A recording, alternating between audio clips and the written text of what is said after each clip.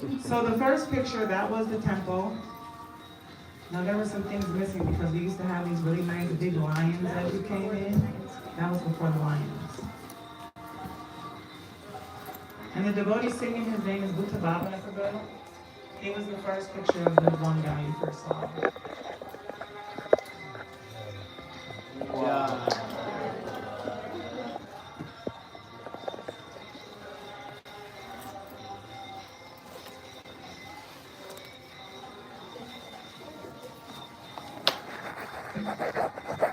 This is the altar, original altar, before we got the string of songs.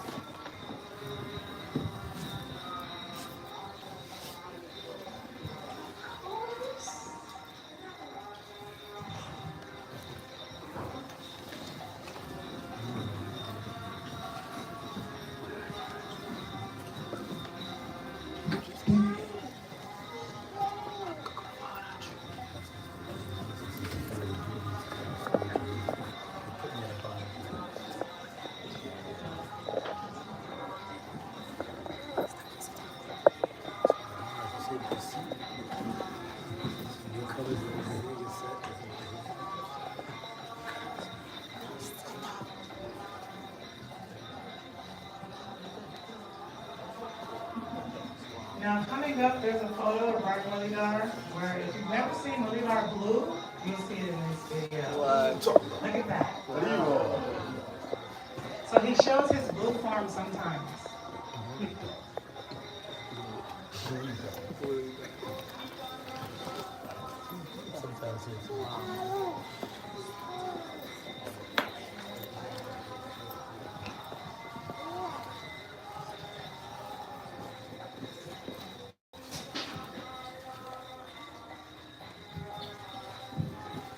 Bhakti Prabhu was the temple president at this time. Bhakti Prabhu was the temple president at this time, in 1974.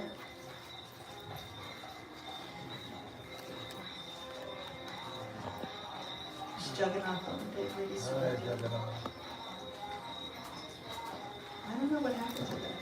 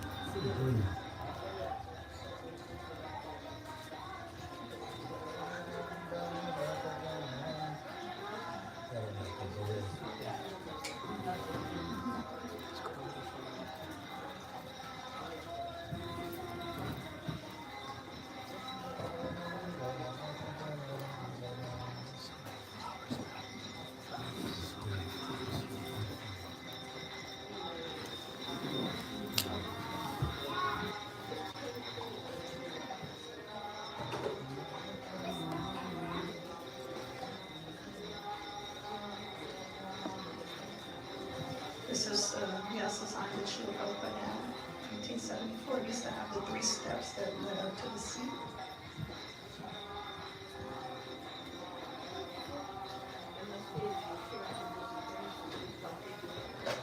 Huh? This is the inspiration day, but we don't know what the exact date was. Yeah.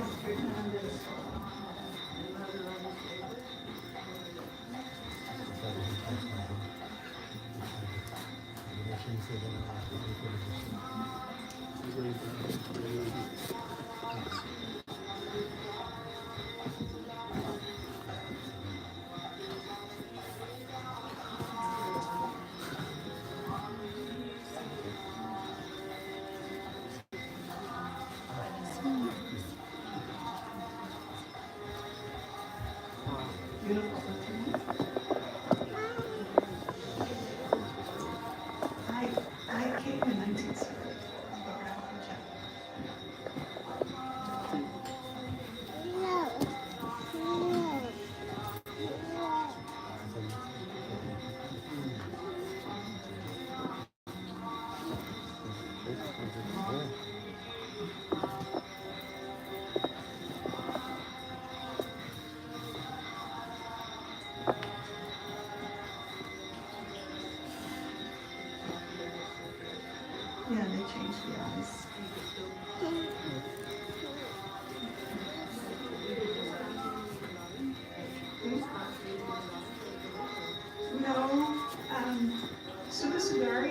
the wife of Bhakti.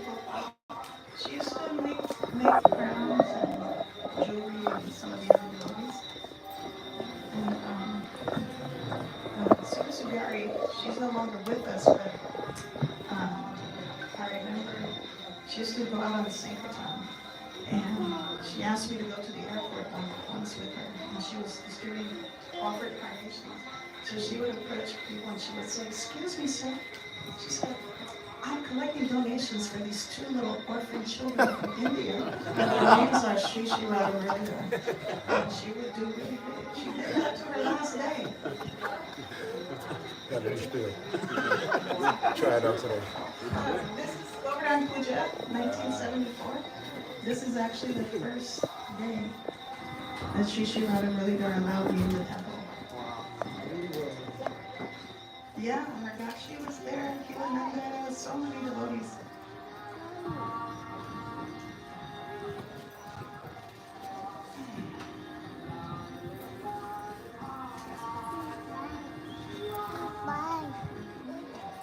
That's me. Oh, that's it. Wow. Radha wasn't there yet. Yeah, that's not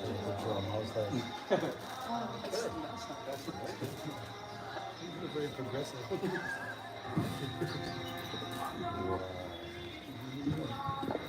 So this video was sent to me by the grace of Bhakti, who was at that time, he's such an excellent cook. He has a restaurant in Michigan. He has a restaurant in Michigan, Bhakti. So he sent this video. So when I reached out to him and invited him to this program, he sent this video. And I had never seen it before. It's really wonderful.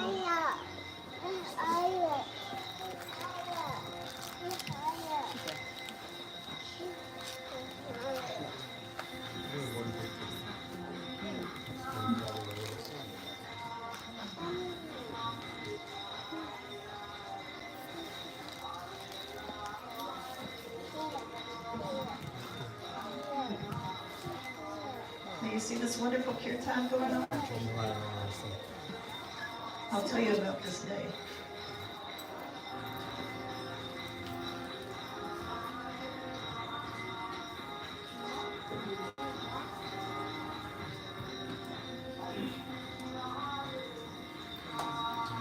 Radha.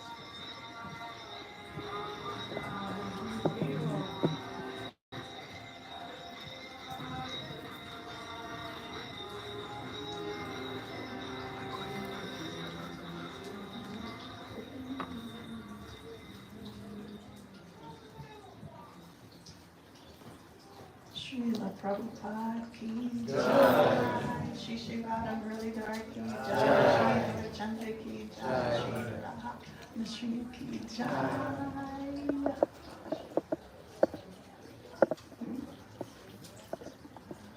Yeah. Are you happy? Oh, we don't know. So.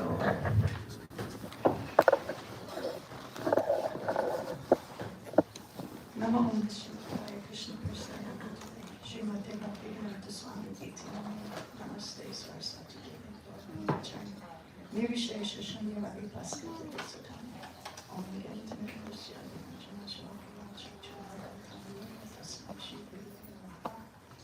Vanchakapatu Vyaschapi Pasandu Eva Chapati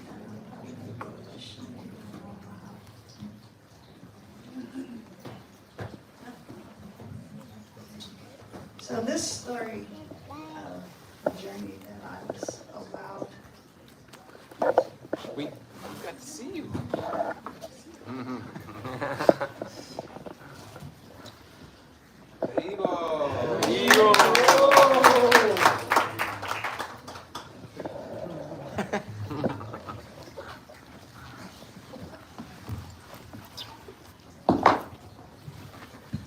this story is all due to the mercy of all my God brothers and God sisters and their friends who were coming at the time, because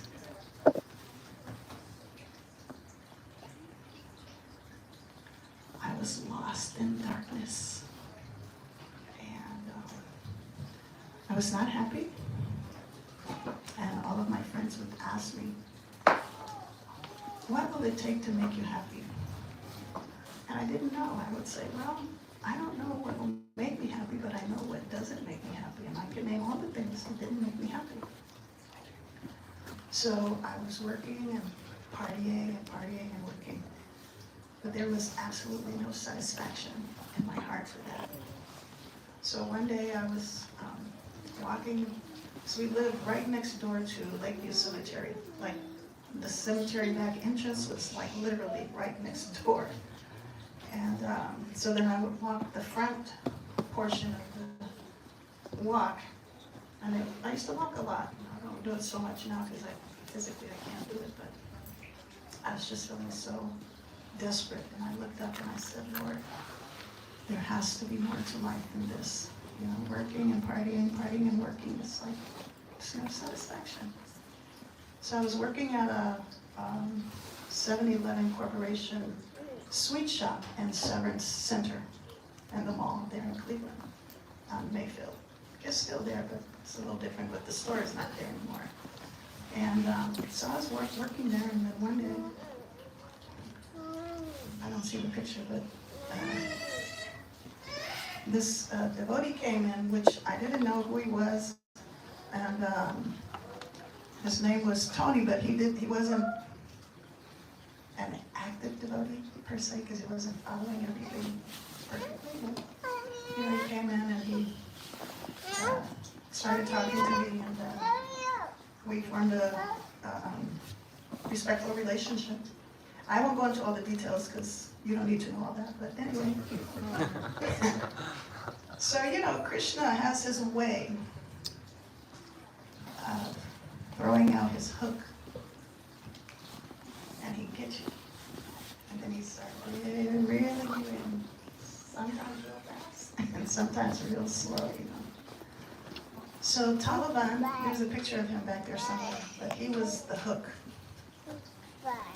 And so we started respectfully dating. And then he would come to my house on Sunday, and at 4:30 he would say, I'll be back, I'm going to the feast. I was like, okay. Now, prior to that, I have to go back a little bit.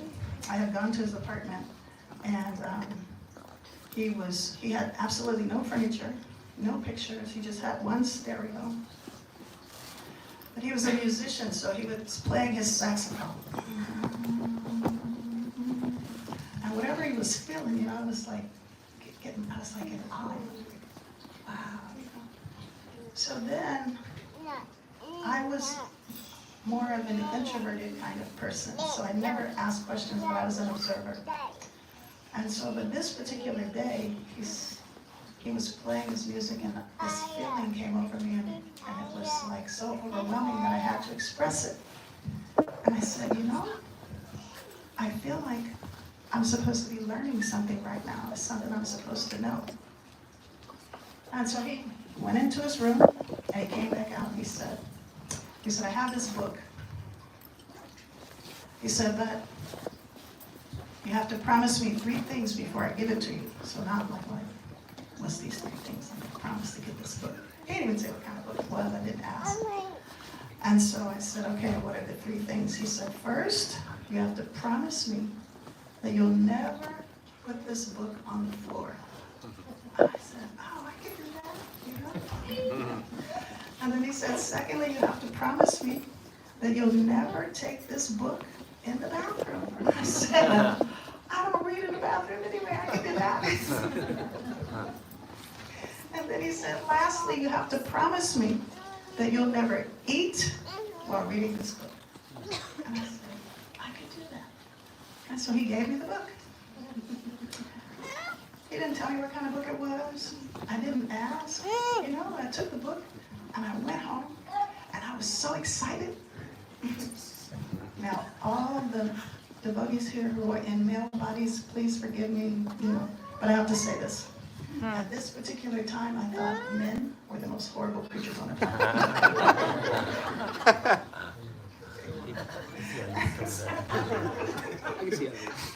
I did. So, when I took the book home, and I did like this, and it opened up to the most beautiful face. His Divine Grace, A.C. Bhakti, Swami Srila Prabhupada. And I fell in love for the first time in my life because I said, this is the most beautiful man I've ever laid eyes on. And I still feel like that today. So then, you know, after some time, I couldn't stop looking at him. Then I went to the first story. Because I wasn't really an avid reader, you know, so I didn't go through all the, you know, introduction and, you know, all that. I didn't go through all that. I just went to the first story. And I'm kind of really like a naive kind of person. So I thought it was all English.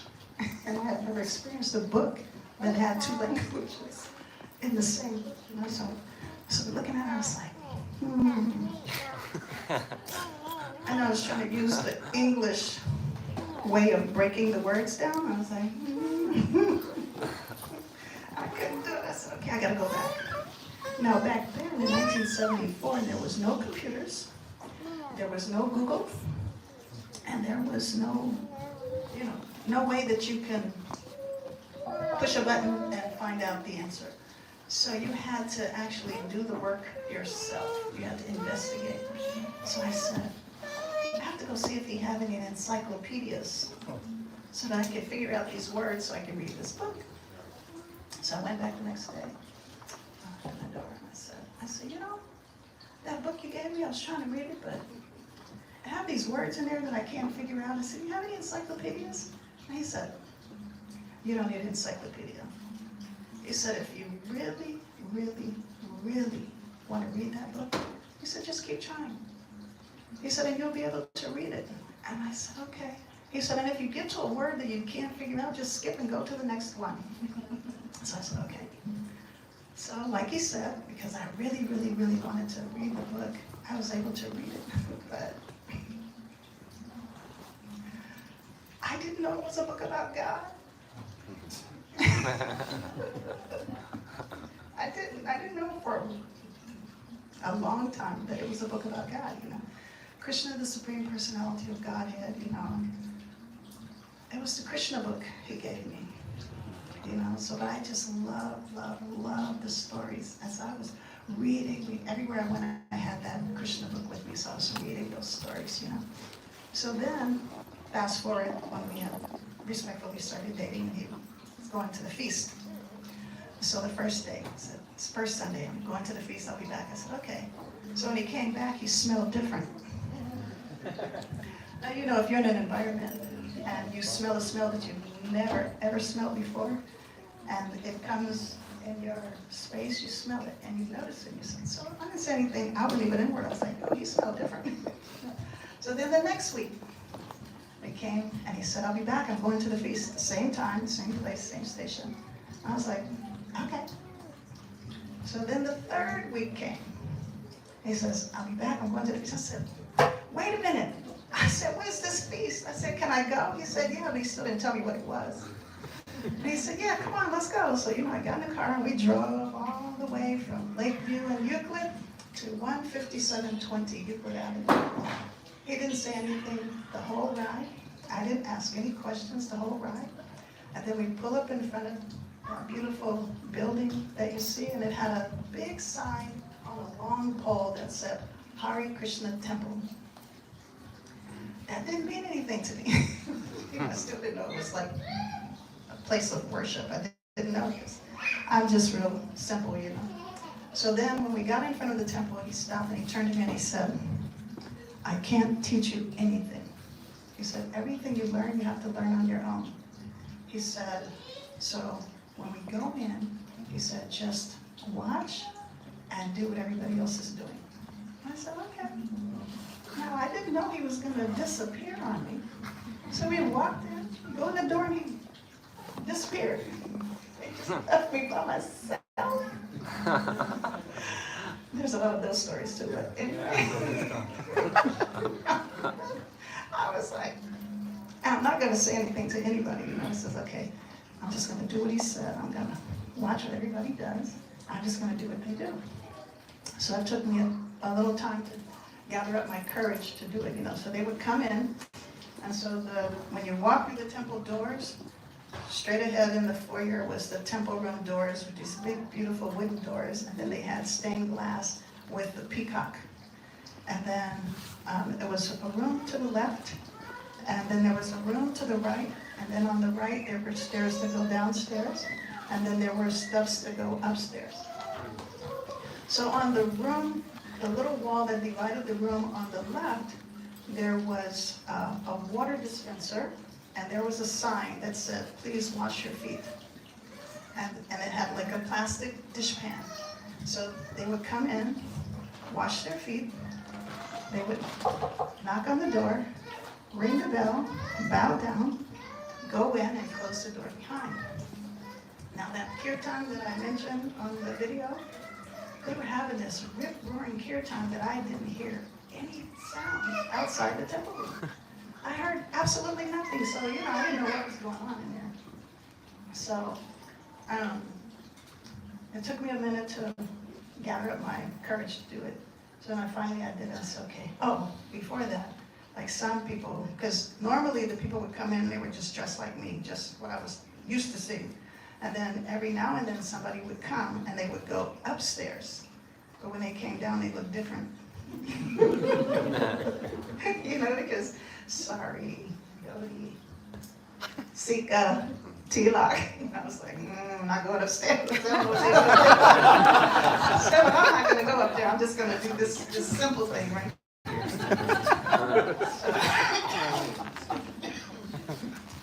I knocked on the door, I rang the bell, I bowed down and I said, well, first I washed my feet.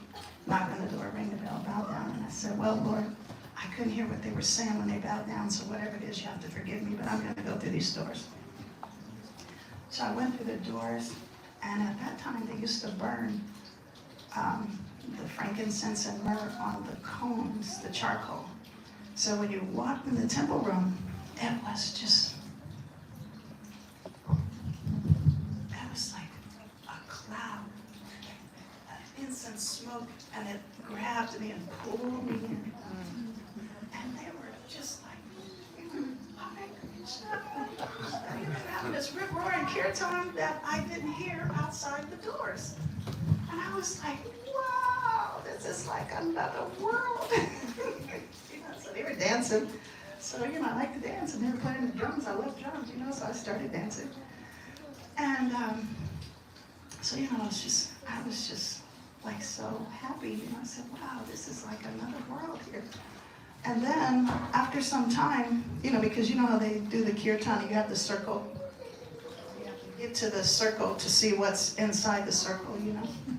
And when the circle dispersed, they had a table, and it was the Govardhan Hill with the little bread cows and the broccoli trees, you know, and all the sweets, you know, decorating the hill.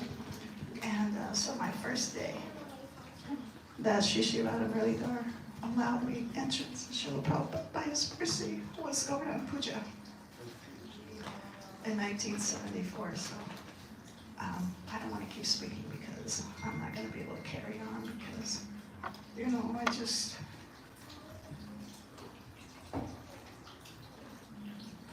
I literally owe everything, my life, to all of these devotees and all of you, you know, because without your mercy, I could not exist, you know, because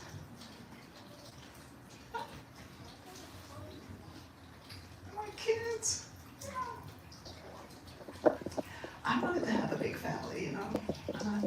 I said I wanted to have 10 children. But when Govinda came, by the mercy of His Holiness Radha Swami, we had come to Columbus. No, not like that.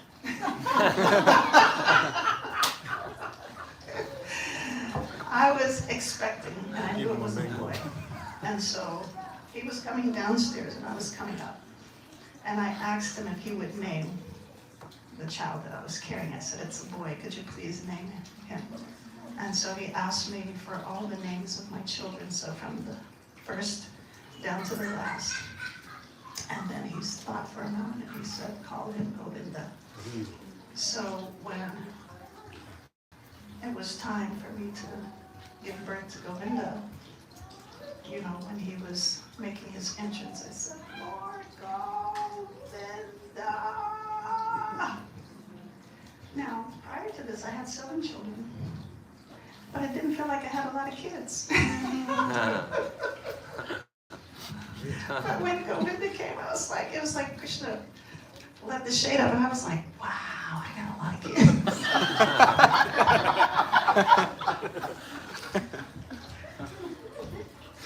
There's so many stories, but I'm not going to take time because it's, you know, the program. But Shri Radha Muralidhar, Srila Prabhupada, you know, they took care of my children, you know, because you didn't have service. And, you know, sometimes devotees were scarce, so, you know, you didn't really have a lot of assistance.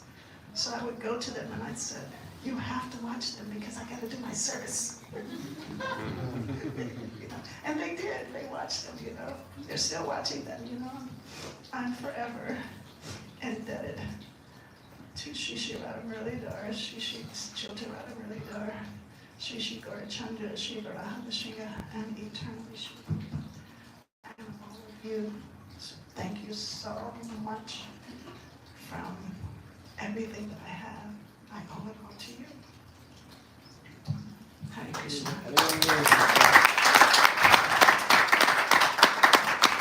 Vikramadevi Devi ki Jai. Srila Prabhupada ki Jai. Continue with some of the Cleveland pastimes. Mother Malati, can you share a few words for us? Okay, please tell us. That was happening when I was out of the country, because we went to UK. But there is a similarity, there is something that I share in my life with their appearance, which was apparently they neglected to ask through the Prabhupada. And the DDs came. I don't know, I hope somebody will tell how that happened. But there's a letter from Prabhupada who was obviously surprised and told them that they should have 10 or 12 garlands at least, that he did name them. Shri Radha Muralidhar. And why I say I share, because later on, I was in Europe, based in Holland, and I was doing traveling Sankirtan with ladies, and at that time it was very revolutionary that a lady party was out on the road. And we came back and I told the temple president, if you let us collect next week, I'll go to India and we'll get Radha Krishna deities. And somehow the temple president got bewildered and agreed. And not only did that happen, I brought back Lolita Vishaka as well. And then I convinced him to let me go to Italy, and I designed an altar and went into Italy to the quarries, and you know, so we had this whole show. And on the way back to from Italy, I stopped in Paris. The train went through Paris, and I went there. And the GBC, who was also our GBC, who also hadn't been consulted, like no blessings were the point here. And and he said, well, he asked me what I was doing, and so I told him, and he was a little shocked, but then he goes, oh, now we'll have more deities in Hamsadutta. Again, there was a little lack of devotional input there. years. So the deities were really beautifully installed. And at that same installation, my daughter had sat for a fire ceremony. She was in the shade by Prabhupada. But the point is, years later, after Prabhupada's departure, there was a letter that I read to Bhagavan chastising him for this lack of protocol, and he goes, and Malati should have known better. So, no, this is serious. As the senior devotees, we carry a burden to represent Srila Prabhupada. You know, all of you who have joined this mission, you have a burden. But it's a beautiful burden to represent Srila Prabhupada. And when you don't do that, things will not be auspicious as you might want them to be. So, of course, things were rectified, obviously. But something to think about going into the future, and a little part of the history.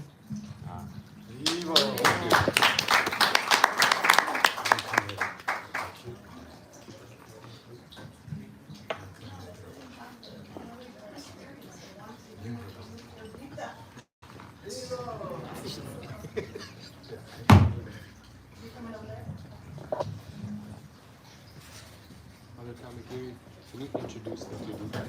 Can you introduce him so people know? Everybody knows who this is. This is Nityodita Das, a wonderful disciple of His Divine Grace, A.C. Bhaktivedanta Swami Srila Prabhupada, who gave his life. I don't know when he joined, but he's always, always, always inspiring the hearts of everyone. All he has to do is really just walk into the room, you know, and you'll just completely feel inspired. Take that mic away from me. But he was also in Cleveland with us. He didn't live in Cleveland, but you know, Vrindavan was like, you know.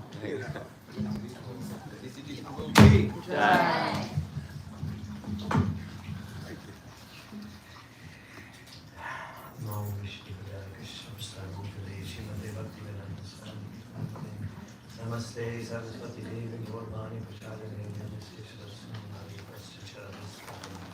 Jai Shri Krishna Chaitanya, Prabhu Nityananda, Shri Radha Shivasati Gaura.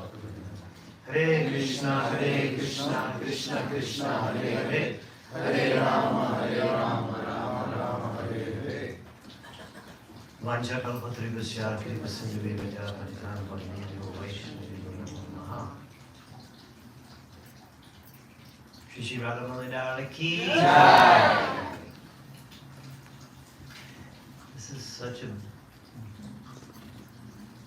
auspicious gathering and a very wonderful opportunity to take darshan and to be in the presence of my god brothers and god sisters and god nephews and nieces and everyone else. We are dependent on each other in a big way because the spiritual life is a progression. At least it's supposed to be progressive, and we we need each other. The first experience that I had with deities was in Ann Arbor in 1974. I went to the Sunday feast. I was a long-haired hippie living in the country. I ate so much prasadam that I laid down. And my feet were pointing toward the Panchatattva painting. And one devotee very mercifully started chastising me. You are offending the deities. So I had no idea what he was talking about because all I saw was a painting. So, you know, become covered over. All I saw was a painting. then by Krishna's arrangement, I went to, with my friends, we went to visit New Vrindavan. And I didn't plan on being a devotee, I just went because it was a nice farm. And I wanted to live on the farm and live in the country. And so the first day I went into the temple room and I looked, and it was just like a big glaring, blurry, kind of ecstatic flowers, paraphernalia, everything. And somebody said, "How do you like the deities?" I didn't know what they were talking about because I couldn't. Everything was so beautiful, everything, and I didn't really focus on the deities, you know. And after a few days there, the devotees started preaching to me, or should I say, New Vrindavan style preaching. They said, "Bhakti Carlos, you should just stay here and give your life to Radha Vrindavan Chandra." I said, "Who?" That was their whole. That was their very warm, loving way of trying to get me to stay. But I still hadn't really understood Krishna in his Archa Vigraha because I didn't have a good association, or didn't have an opportunity to experience seva, because it is by seva that Krishna reveals himself. So that's explained in the Bhagavad Gita. Krishna says, only by devotional service can I be known, standing before you in the form of Radha Vrindavan Chandra. So then a few days went by, and the devotee said, "Well, you're a young man and you're not married. You should go to the brahmachari farm." So I went up to the brahmachari farm, and there the devotees were talking about another name for a god. Talking about Radha Vrindavan Nath. So they were the center and of the lives of the devotees that were living up there. There's 30 brahmacharis in a small farmhouse and a few cabins, and everything. Well, we had a great pujari. Everything depends on the pujari. In the brahmachari farm, we had a very nice pujari. Radhanath Das Brahmachari at that time.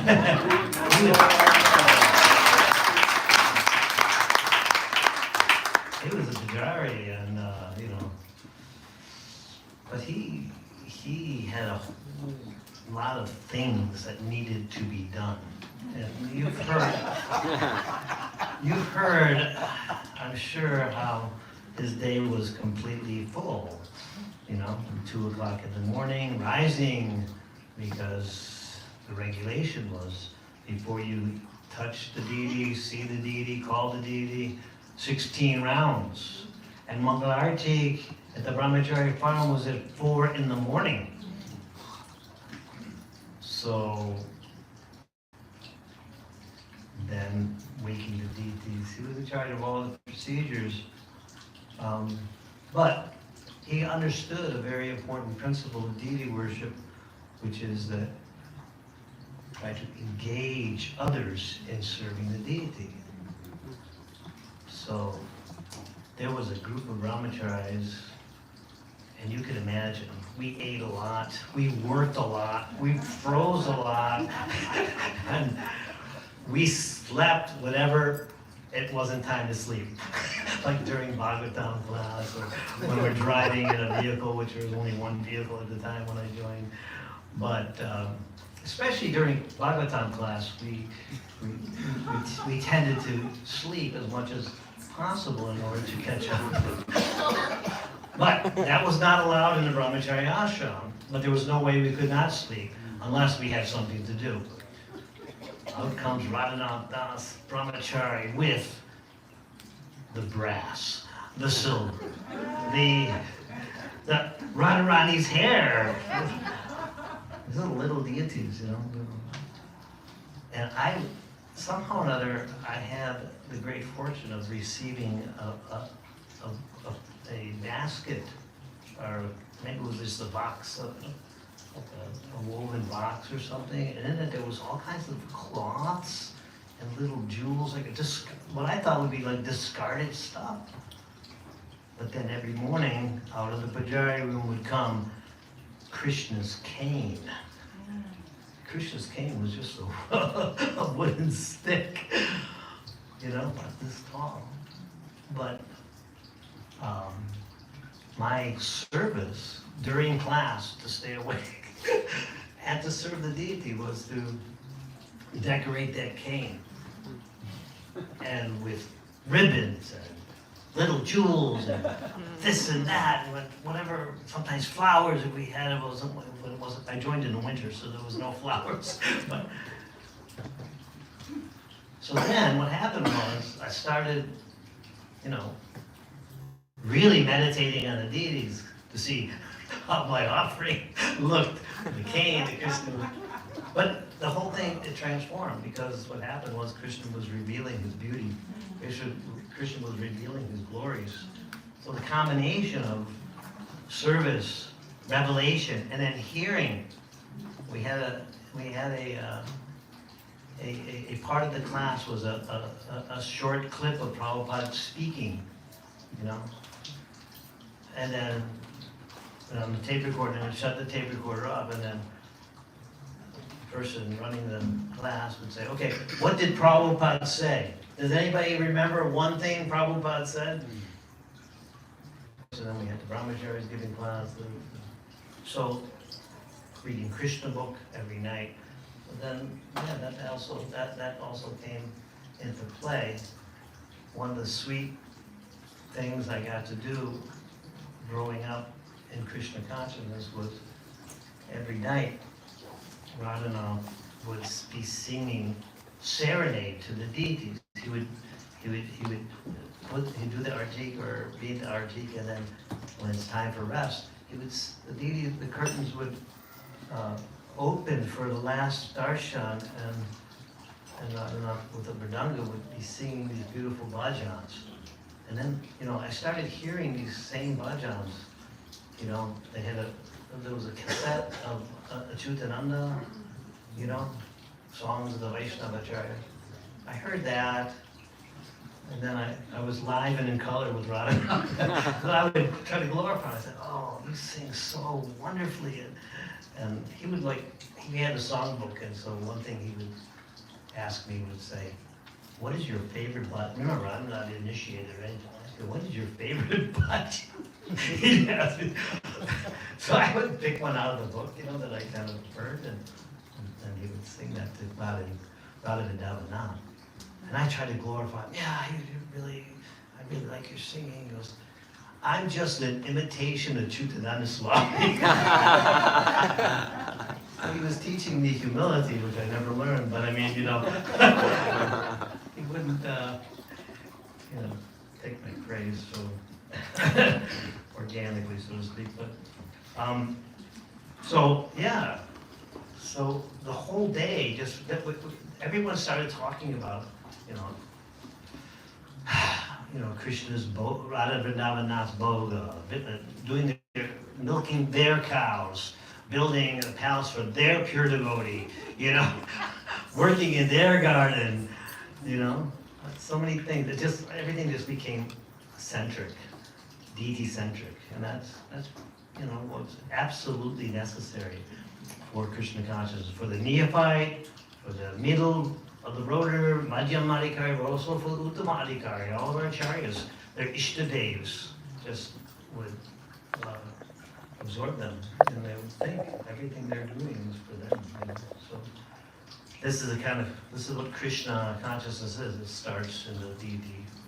the deities and engaging others. So anybody that's engaging in some deity service, it's not, it should never be seen as a burden. It should always be seen as an opportunity to love Krishna, to have Krishna in your life. So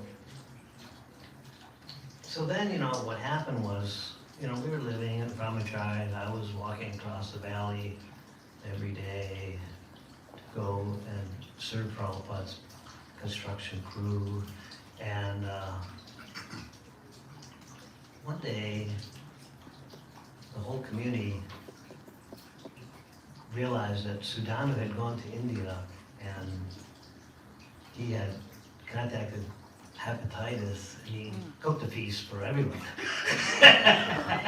He cooked a great feast for everyone that weekend, and when nobody knew that, he somehow had contact with hepatitis or something. But anyway, the whole community got hepatitis, and that was a real tough time. But by Krishna's mercy, I got hepatitis the same day Radha got hepatitis, and we got quarantined together in a trailer at Bahuluman. We were not allowed to go up to Vrindavan, we were not allowed to go see Radha and Chandra at Bahuluman. We just stayed in the trailer together, listening to Prabhupada chanting Shikshastika prayers, and we didn't have any mridangos or kartals or anything, but we did Mangalarti every day with the pans and the spoons that we had. Because we were on a special diet. We could not eat any regular prasad. We could only eat mung, water, and rice with no salt or seasoning or butter or anything. And of course that was all stirred up, and then have Tapapunj cooking it. He was not famous in Vrindavan for being a cook. He could grow very nice, but not cook. So yeah, he decided, okay, I'm going to take a shortcut to cook, to make these devotees mung water. I'm just going to, instead of cooking the mung beans whole and letting the nourishment go in, I'm going to grind them up into flour and to throw it in the water, be instant mung. So anyway, it was very austere, but the amazing thing is, whatever, it was Krishna Prasadam. After we felt tortured a little bit in the beginning, we started relishing. So I had hepatitis, and I was like one of the main workers at the palace, and I didn't have any strength. So I had hepatitis, and I couldn't go back to serving in the palace, so they said, you're only good for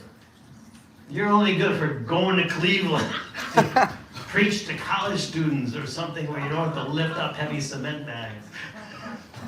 And when they said college preaching, the only experience I had with college preaching was leaving New Vrindavan one time with Taru and a few devotees in a band. We were going to University of West Virginia or something, and the band was filled with ladus. So when they told me, and the band broke down, and we were bhaktas, and so we had unbelievable amounts of access to the ladus. So whenever everybody said, I'm going to college preach, I was thinking ladus, And I don't know, but when we joined, we were really like, completely eating so much. And so and anytime you had an opportunity to like bust through the feast limits, so we didn't. So somehow, I got sent to Cleveland. I got sent to Cleveland to go college preaching. What's the next day? I find myself in downtown Cleveland, giving Back to Godhead magazines to people in a mad rush to get on some kind of train or something downtown, And I said, okay, gotta preach.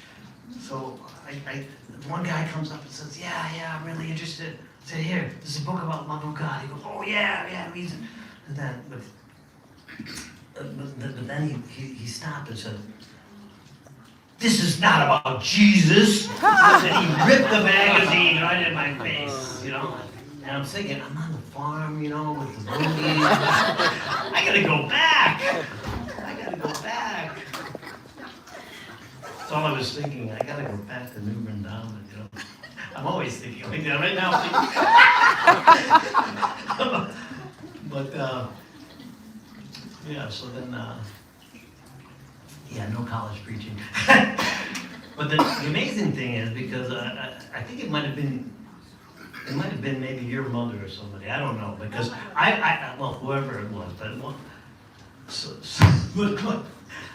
what happened was, we gave, no, this is a completely different story. But when you told that story, I was flashing on that. We had these what was it called? Perfection of Yoga books, and so we got some of those, and really, I didn't know how to distribute books at all, but I went to the parking lot, and basically, the nicest people were in Cleveland that I would always approach in the parking lots, in the supermarket was these Black Matajis. They were very pious, and they were very gentle, and they always gave a quarter. So I went, and one day I had this Perfection of Yoga, and I gave it to this lady that was in the car, There was no, it didn't have to really be sophisticated. They're simple like you, very simple, pretty people, very big-hearted, and I gave her the book, and she pulls out a quarter, and then she looks on the back cover, and she sees the picture of Prabhupada, and she said, "This is the most beautiful man I have ever seen." Wow. So I was flashing on that story. So Cleveland was tough, but of course, we would come home from Sankirtan or whatever we were doing, and then we had the darshan of Radha and Muralidhar. That was very refreshing after trying to distribute books all day in a very degraded city, Prabhupada said that my temples are not in Cleveland, Los Angeles, New York. The temple, you're in Vaikuntha, you can feel that. Because Krishna's present very prominently. And so the temple president there, Arjit at the time, very fired up, very devotional, wanting to do everything for Radha Muralidhar. He'd buy different, he would make things, you know how he was? And he was always talking, we gotta do this for Radha Muralidhar, we gotta do this for Radha Muralidhar. And I became very, not very attached, I became a little attached to them, but he was really encouraging me. Yeah, you should give your life to Radha Muralidhar. Give your life to Radha Muralidhar. Stay in Cleveland. So I'm thinking on one hand, yeah, okay, Radha Muralidhar. That's Krishna. I love him. Beautiful. But I was thinking about Radha Vidana Nath and then Radha Vidana Chandra. But anyway, so what happened was one day. One day, Kirtananda was leading New Vrindavan at the time. He calls, and nobody ever got phone calls in those days hardly, but he called and asked for me. No one ever, I'd been in the movement 2 years, and I didn't get a single call from anyone. So I'm in Cleveland, and he calls, and the president was saying, "Hey, listen, he's gonna tell you something, go somewhere. You tell him you love Radha Muralidhar and you don't want to leave." So I'm on the phone. Yes. Oh, Maharaj, Hare Krishna. I want you to go to Bloomington and help my godbrother, Vrishakampi Prabhu, do a preaching center there. I said, "Oh, but I love Radha Muralidhar and I want to stay here." The temple president was sitting right next to me. I had to play them both games. "Oh yeah? Well, who do you think you are?" He said, I said, I'm a disciple of Srila Prabhupada. "Yes? And doing service under who?" I said, "Maharaj, I'm doing service under you." He said, "Yes, you have to go to Bloomington."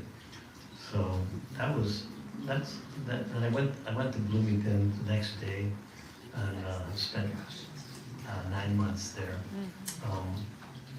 Helping with the preaching center in Bloomington. And then,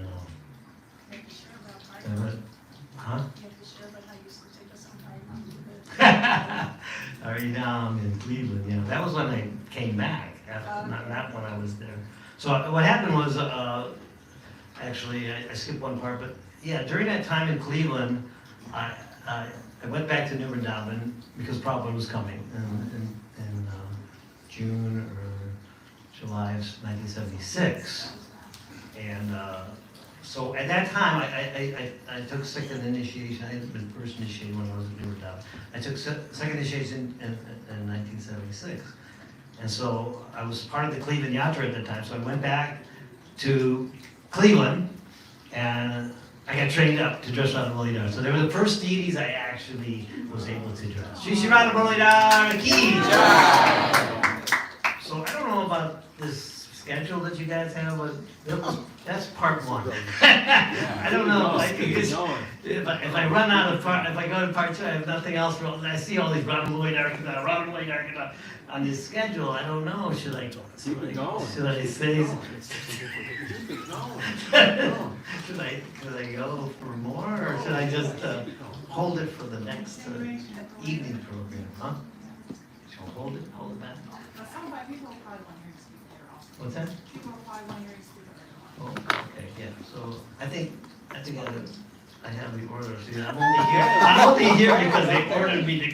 But I wanted to serve all of you with some little stories. But yeah, part two is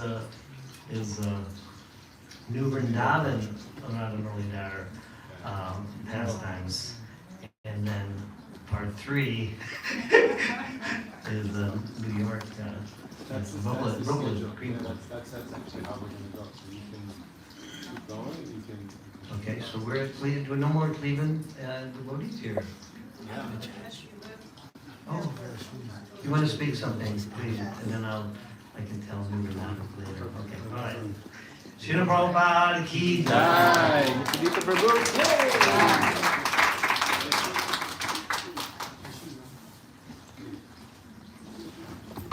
This is Mother Josh.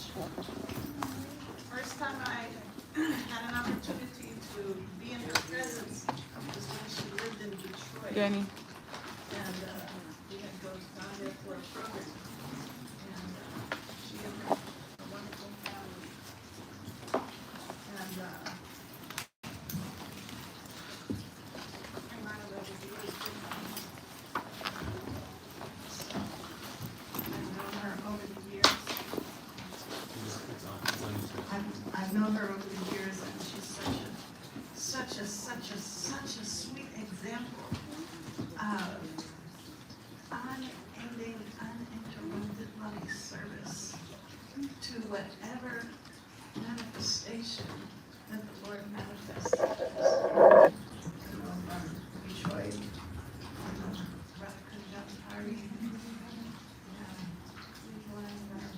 Radha Muralidhar, New Vrindavan, Shri Shri Radha Vrindavan Chandra, Shri Shri Krishna Balaram, Radha Shama Sundar in Puerto Rico. She also joined us in Puerto Rico.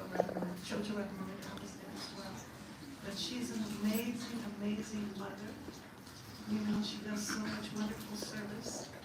And I've been trying to convince her to come to Columbus and share with the devotees in Columbus, but you know, she's getting a little closer to getting there. Even though she's it's like you can be so close, but yet so far. You know, so I'm trying to pull her to Columbus so that she can enliven the hearts of all the devotees by her wonderful association. Mother Jai Shri Ki Jai, Srila Prabhupada ki jai. All glories to the assembled devotees. Actually, when we first started years ago, I met Srila Prabhupada in Hawaii. There was only a few of us. Balabhadra had come, of course, Govindadasi and Gursindar, and Prabhupada was there. And by Krishna's very kind mercy, Srila Prabhupada was the first person I ever met in the Hare Krishna movement. Krishna sent me there. Prabhupada was standing at the doorway telling us to come up. There was no Hare Krishna in Hawaii at the time. First time they'd ever left Prabhupada alone.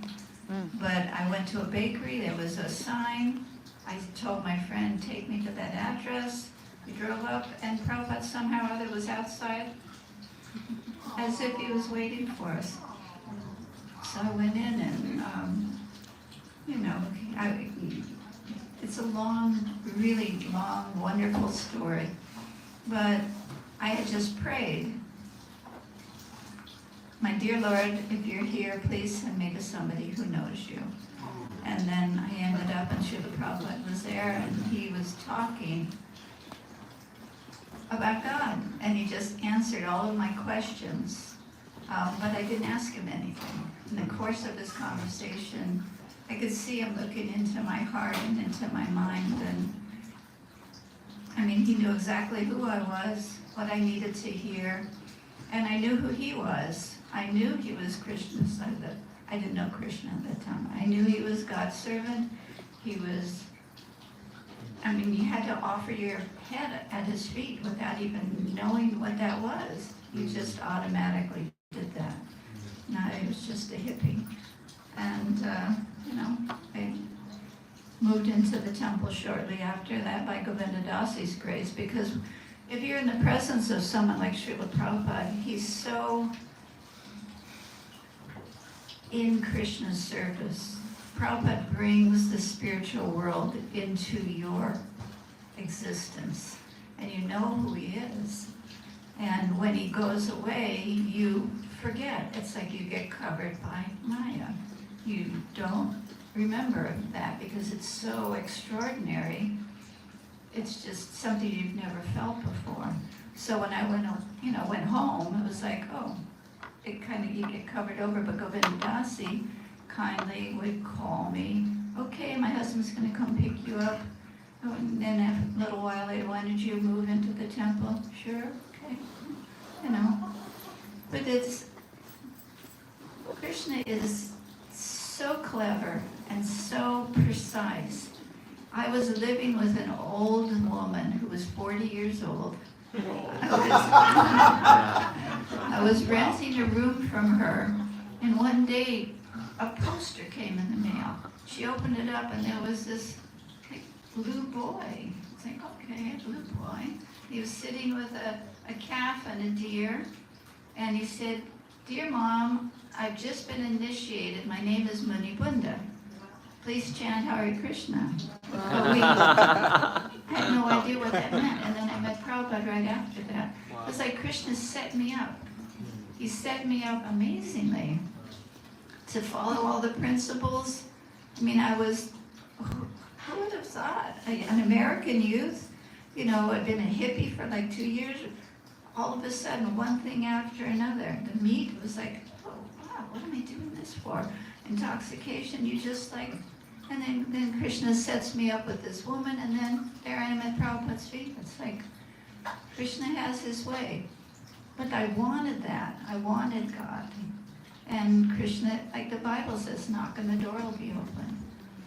So I did service in Hawaii for many years. I was sent to Los Angeles to get married. I didn't want to get married. Actually, the first week I was at the temple in Los Angeles, 9 men went to the temple president to marry me. And I didn't want to get married. Somehow or other, they sent me to be the head pujari in San Francisco. I was the head pujari in San Francisco with Jayananda. It was like really amazing. And then I was too attractive to be, although I would never, you know, I was like, whoa, covered my head. There was like 50 brahmacharis, never looked at them, never talked to them. But I was too attractive to stay there. So they sent, so Keshava sent me off back to LA. She's like, well, what did I do? I wanted to do the service. It's like I didn't do anything wrong. So there I am, back in LA, and then I get a letter from Garsindar to come back to Hawaii to marry Balabhadra. And then something else unusual. Anyway, this whole story goes on. So when we installed the Panchatattva in Hawaii, I ended up being the first head pujari. And I'll have you know, I'm famous. I'm famous. I did the first arti to the first Tulsi plants that Govinda Dasi grew with a sparkler. That's my claim to fame. Actually, I look around and I see these devotees, God brothers and God sisters, and all the other devotees. I mean, I'm amazed by what great everybody is. But they're doing such great things in this world, and I feel like this little fig. It's like, Prabhupada, I'm trying. I haven't done anything yet. Maybe I'll do something someday. I'm trying. So anyway, I got married. I had children, and I ended up, by Krishna's arrangement, I hope, it's Krishna's, not my own foolishness, but Krishna, what does Krishna say? He carries what you lack, preserves what you have, and carries what you lack. So my mistakes, Krishna always seems to pick me up. So there I ended up at New Vrindavan with my children, and still there. Krishna's tolerated me for so long. But I got really, really sick at a certain time, and I went to Sandusky, Ohio, to my parents-in-law, and then we went to Cleveland. And it took me a long time to get better, but during those 2 years that we were there, I was able to serve the very sweetest deities of Radha Muralidhar. And I don't remember a lot about it. I remember dressing them, I remember the stained glass behind him, Kamagiri and I, and Madani Kashangi, and my Abai, who's now 43, was only like 3 years old, so it was like 85 that I was there, something like that. But it was just wonderful. On top of Punj was there. We started the Food for Life. We used to cook. There was a recipe book. I think Kamagiri probably put it together. Chili for like 100 people, cornbread, coleslaw. It was stuff. It was not like the regular Hare Krishna cuisine. It was stuff that the people would actually eat. You know, I mean, if you gave them dull rice and chapatis, they would throw it away. They didn't want it. So, Tapu Punj and with Mother Kamagiri. What neighborhood were you in? We were on East Cleveland. No. No, it was, the Food for Life program was in, it was like in one of the, Boroughs. in the garden. But it's the same thing in New Vrindavan. If we tried to do Food for Life there in West Virginia, and they didn't want the devotee cuisine. They wanted stuff they recognized. You have to make something that they Yeah, like macaroni and cheese, salad, bread. Anyway, so Radha Muralidhar, I always thought they were the most sweet and beautiful in so many ways, and they're so petite compared to Radha Vrindavan Chandra are bigger. But somehow or other they brought me there. They must have had some reason, because it was wonderful. It was different. New Vrindavan is like a big machine. You know, it's become very, like 65,000 visitors a year. It's just really active. But Cleveland was quiet, and I was fortunately able to get better. And then they came to New Vrindavan, and they lived up in Old Vrindavan on the altar at Kirtanananda's house. And we would go up and have wonderful programs up there with them. And then they ended up in New York at a Deutsch's place. Greenpoint, Brooklyn. And then they bought this building. And they, I kind of remember that. Part two. Part 2 and 3. All right. So I guess you're gonna have to hear about part 2. But this was bought by Kirtanananda, and it was renovated by Bhakti, and the whole thing with the lift, the elevator and stuff. And then it got given to Radhanath Maharaj, who's done a fantastic job, just amazing. The wonderful things that you guys are doing here are so inspiring and so, for the times, you know.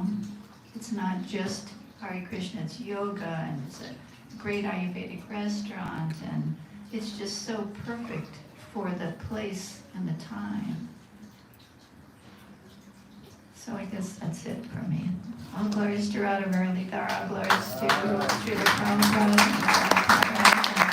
all glories to the assembled devotees, without which we would not make very much progress. Most important.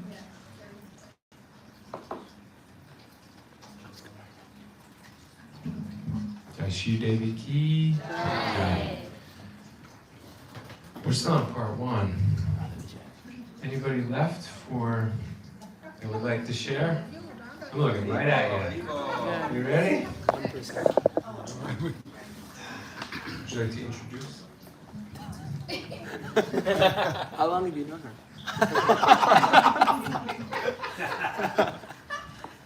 Well, this is Radha Vijay, formerly known as Radha Madan Mohan. And I've known this personality from her first breath. Yeah, before that. But, so I remember before I got to know her at any time, but in Cleveland, I didn't never really go any place outside of Cleveland, and I went to Newyork, but it was just Newyork and Cleveland, and so, like one devotee asked me, he said, "Do you remember the festival days from the past?" I said, "Every day was a festival. Whenever they opened the curtain for darshan, for the morning program, morning darshan, it was like breathtaking festival to see the Lord dressed so beautifully. So every day is a festival of Krishna consciousness.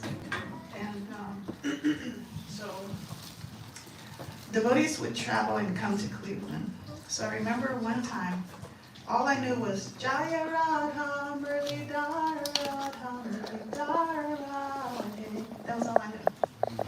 But then, I don't know who the devotee was, but this devotee came through Cleveland, and he said, Jaya Radha Madan Mohan, Radha Madan Mohan, Radha. I had never heard that before. And I was like, wow. If I ever have another child, I'm going to name it Radha Madan Mohan. And so then, that's when she came, Radha Madan Mohan, that's how she got her name. And she has some pastimes to share that I won't speak about, but she's one of the little people that was taken care of by Shri Radha Muralidhar. And I'm going to let her share. And I hope she tells some of the good stories.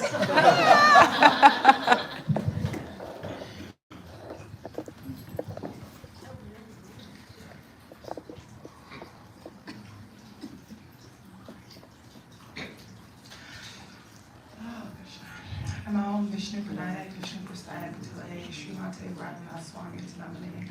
Namo Vishnu Pradaya Krishna Prasthaya Bhutale Srimate Bhakti Swami Namane. Namaste Saraswati Deve Gauravani Pracharine Nirvishesha Sangipati Bhaksachati Satane. Vanchakalpatrivishta Kripasindu Bevacha Pradhanam Bhavne Yorashnave Yoramamana. Hare Krishna. Hare Krishna.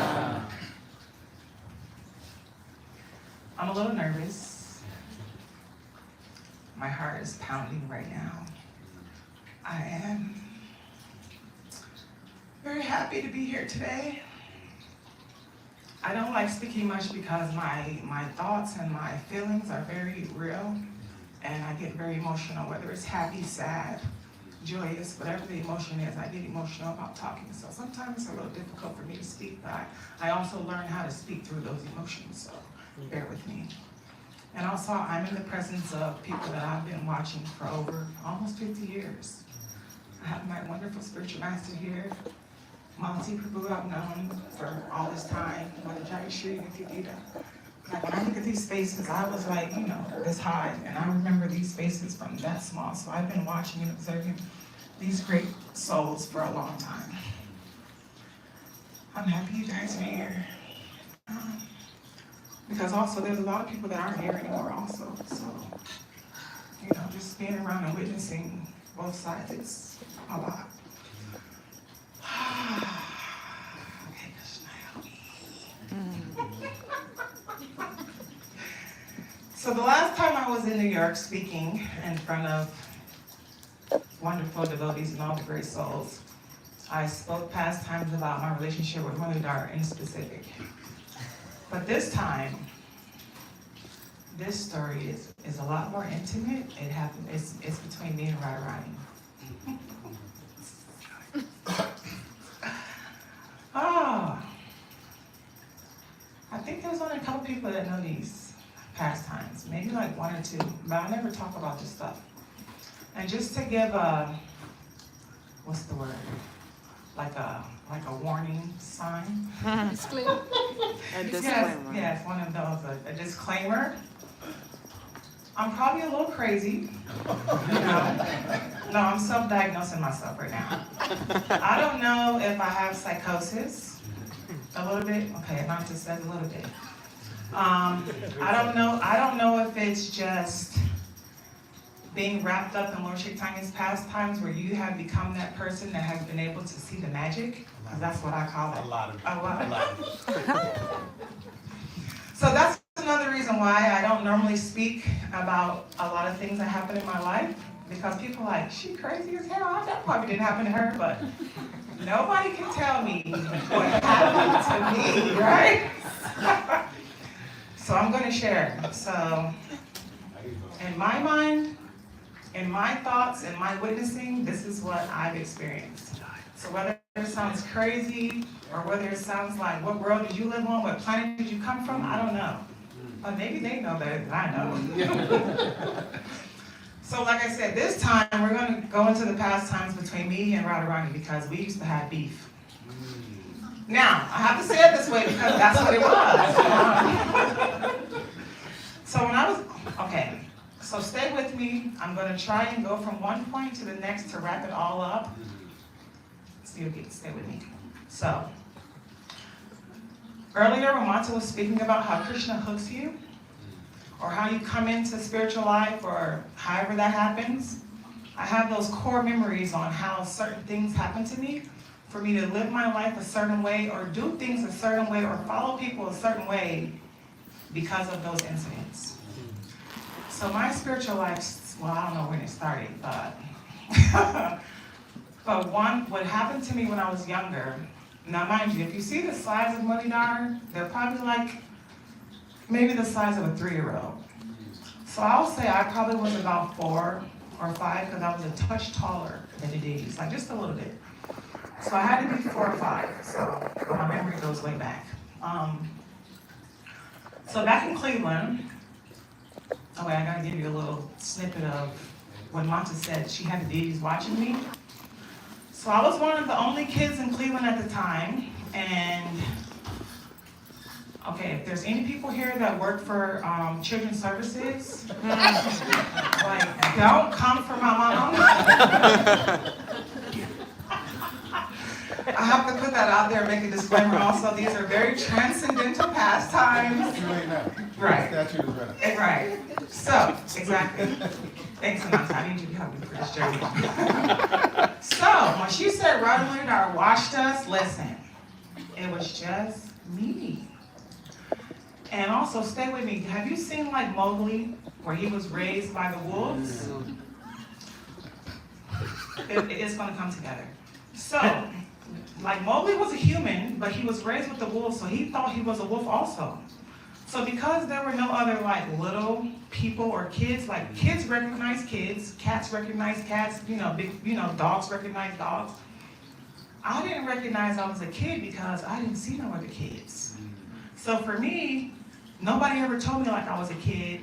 or these are older people, I could just see, like I'm just looking.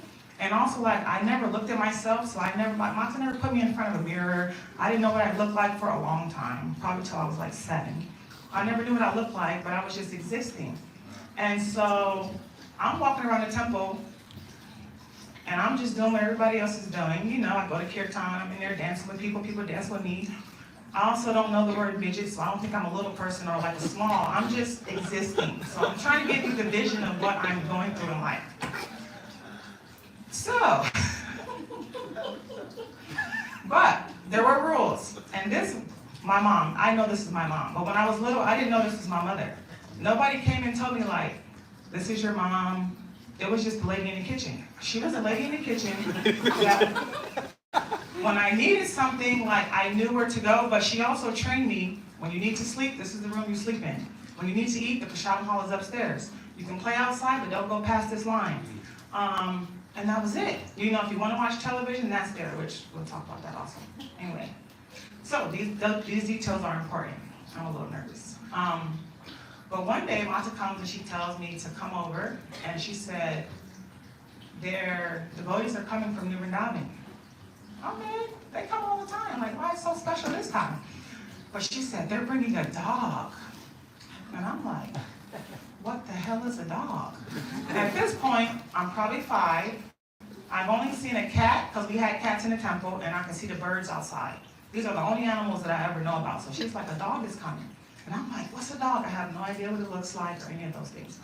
So when Kirtananda and the whole crew pile and come, it's just a whole bunch of brahmacharis. I don't know exactly who's there, except for one person I know is there. Stay with me. So, we're on the porch. We have this long driveway that comes up. We have this big, huge, like garage, veranda where the cars come underneath there. Then you walk up the steps and it's a long porch. So we're on the porch waiting with flowers and garlands, but I'm just trying to see the dog, like, forget the people. So Mata's coming, they're getting out the car. She's like, come on, put your head down, off your businesses. Mind you, I want to see the dog. I can't look at it with my head down. So we go on the porch, and I'm sitting there with my head like this, because I need to see. But my head is like where you can just see feet, like you just got your head up, like you can see the feet walking by. So I'm just like looking, and so I see devotees coming. I see a lot of, it's just all orange, coming with dandas and everything. And closer to the back, Kirtananda's coming, and I see the dog. I'm like, oh my God, that must be the dog. So I'm looking for the dog, and then I'm just looking. I'm like, it's hairy, this and that. But as we go by, there was this one orange that goes by, and I didn't see any feet. So I'll tell you, I'm not crazy. I did not see feet.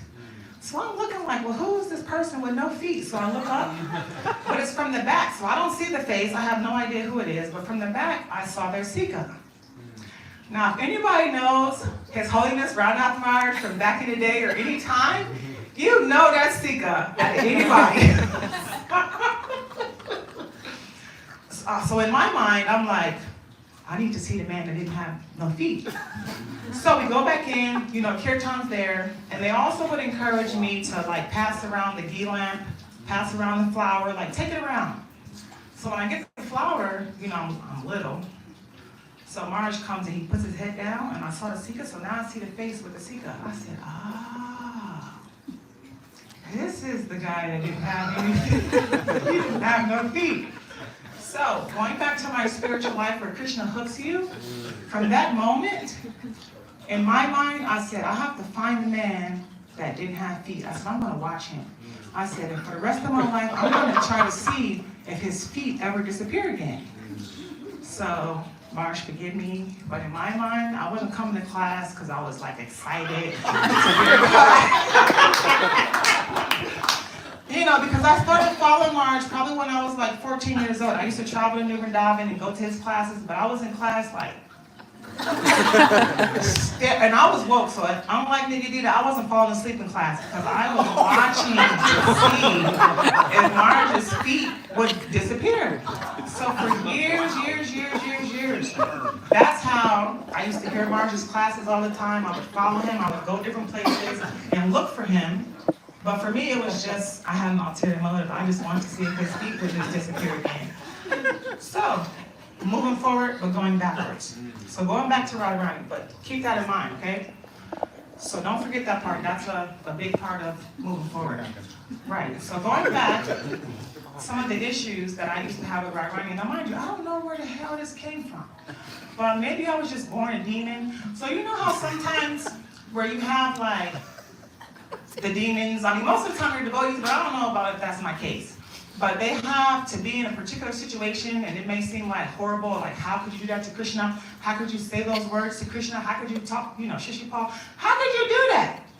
They gotta be great, believe me, I'm not. But my true feelings at the time were, I don't know, for some reason, like Radharani, I just felt like, why do you always get to be next to Krishna all the time? So what I used to do, forgive me, but I used to stand in between the deities, and I used to turn my back to her like this, and I used to like grab Muralidhar by the head and just be like, and I would just hold him, and like she was behind me, and I'm just like, we need to share. But I was probably like 5 years old with these thoughts. Now, I don't know where they came from, but I was just for some reason jealous that she, and mind you, I used to call her she. Let's keep that in mind. I called her she because I just we wasn't rocking. So moving forward, it's gonna all come together at the end. I hope you guys enjoy it. So, what happened was, my older sister Devaki and my brother, they went to Gurukul in Newyork. For some lucky reason, I would say for me, I didn't go to Gurukul. Now, did I do that? I didn't go to Gurukul. Maybe I was just, I don't know, stubborn, very stubborn. But at some point, maybe the government, like I said, don't call human services. The government at some point must have came and she got in trouble, like, you got to put her in school, so I'll go to public school. So now, mind you, when I'm in public school, so you heard my Jayashri say when I was little, she saw Madan and Prashangi. Manta telling me my name was Radha Madan Mohan. But nobody called me Radha Madan Mohan. It was just Madan, right? That's all I knew. So going to school first day. Teacher says, so when you hear your name, raise your hand. So I'm sitting there. They're calling all these names. And mind you, I don't even know my last name at the time. But anyway, that's how uneducated I was with a lot of stuff. It was just, I was thrown in the temple, Mata was in the kitchen, nobody was with me but Muralidhar, and I had to learn everything on my own. So my first day of school, they said, raise your hand when we call your name. So I'm sitting there, all I'm ready to listen for is Madan. But my last name is Smith, so it comes sometime later. So I hear Radha Smith. We're looking around, I'm like, okay, maybe she's not here. Like, where are you gonna call my name, right? Radha Smith. And then she comes over to me and she says, don't you hear me calling your name? I'm like, no. I said, my name is Madan. And she said, we're gonna go to the office. Why are you misbehaving on the first day? Like, you just got here. And I'm like, but you didn't call my name. And so she we go to, this is when they used to whoop you in school too. Like, they can give you a spanking, but she did it, but she wanted to because she said I was being smart. I ain't gonna say what I said after that. But anyway, going to the office. So they get Mouse on the phone, and they call her, and there says, yes, Miss Smith, we have Radha here, and she's not cooperating. We called her name, and she wouldn't answer. Mata was like, oh, I never told her name was Radha.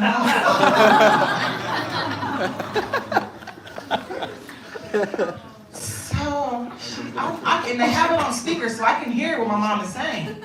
And Mother teacher just looked at me like, what you mean? She don't know her name is Radha. Anyway, I hear it, so she's like, well, that's you. Okay, go back. And I remember clearly, I'm like, Radha? I'm like, I don't want that name. Like, why would you call me that? I don't want to be called Radha. So, me and Mata, we go home and, why would you call me? I don't want to be called that. That's her name. That's her. So, moving forward, I would tell people, like, if you really know me, don't call me Radha.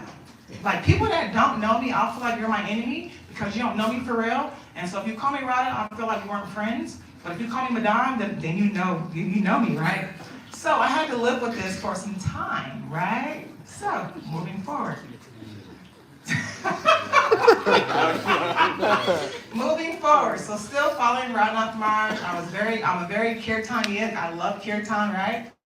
So this was some time. Anyway, moving forward, we moved to Puerto Rico. March comes, he visits Puerto Rico at the time when the Jashris living there. Malati Prabhu, they visit.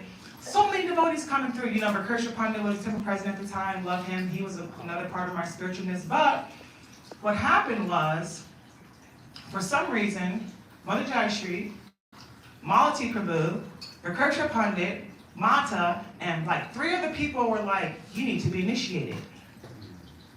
I'm like, no. I'm like, I don't want to be initiated. But they all recommended me, and they're just like, no. So they went without my permission or without my knowledge. And they went and spoke to Marge and was telling him, all this stuff. So one day, I get a summons to come in a room. So there's Vakursha Pandit and Marge in a room. At this time, I just had my youngest daughter. She's like 7 months old. Whatever. So I take her, we go in the room, we sit down. I don't even know what I'm in the room for. So I'm just sitting down, I'm just thinking, Marge just wants to say hi. So I'm like, oh my God. And mind you, as long as we've known each other, like I've been so nervous to speak or even like talk to him. And until the last few years, like I can speak a little bit more now. But before, I would just look at him and just laugh. Like that was all I could do, was look at Marge and just laugh. But I just love him to death. But moving forward.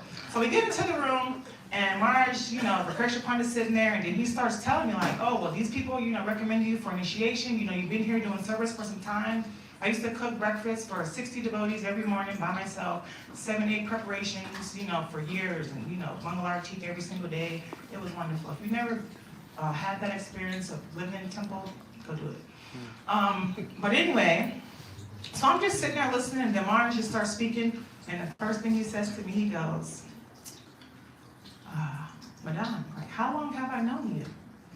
And I'm thinking like, I don't want to get the answer wrong. Like, I don't know. So I just guessed. I was like, at least as a little kid. And then he said, no. I've known you since you were a baby. And I said, oh, okay.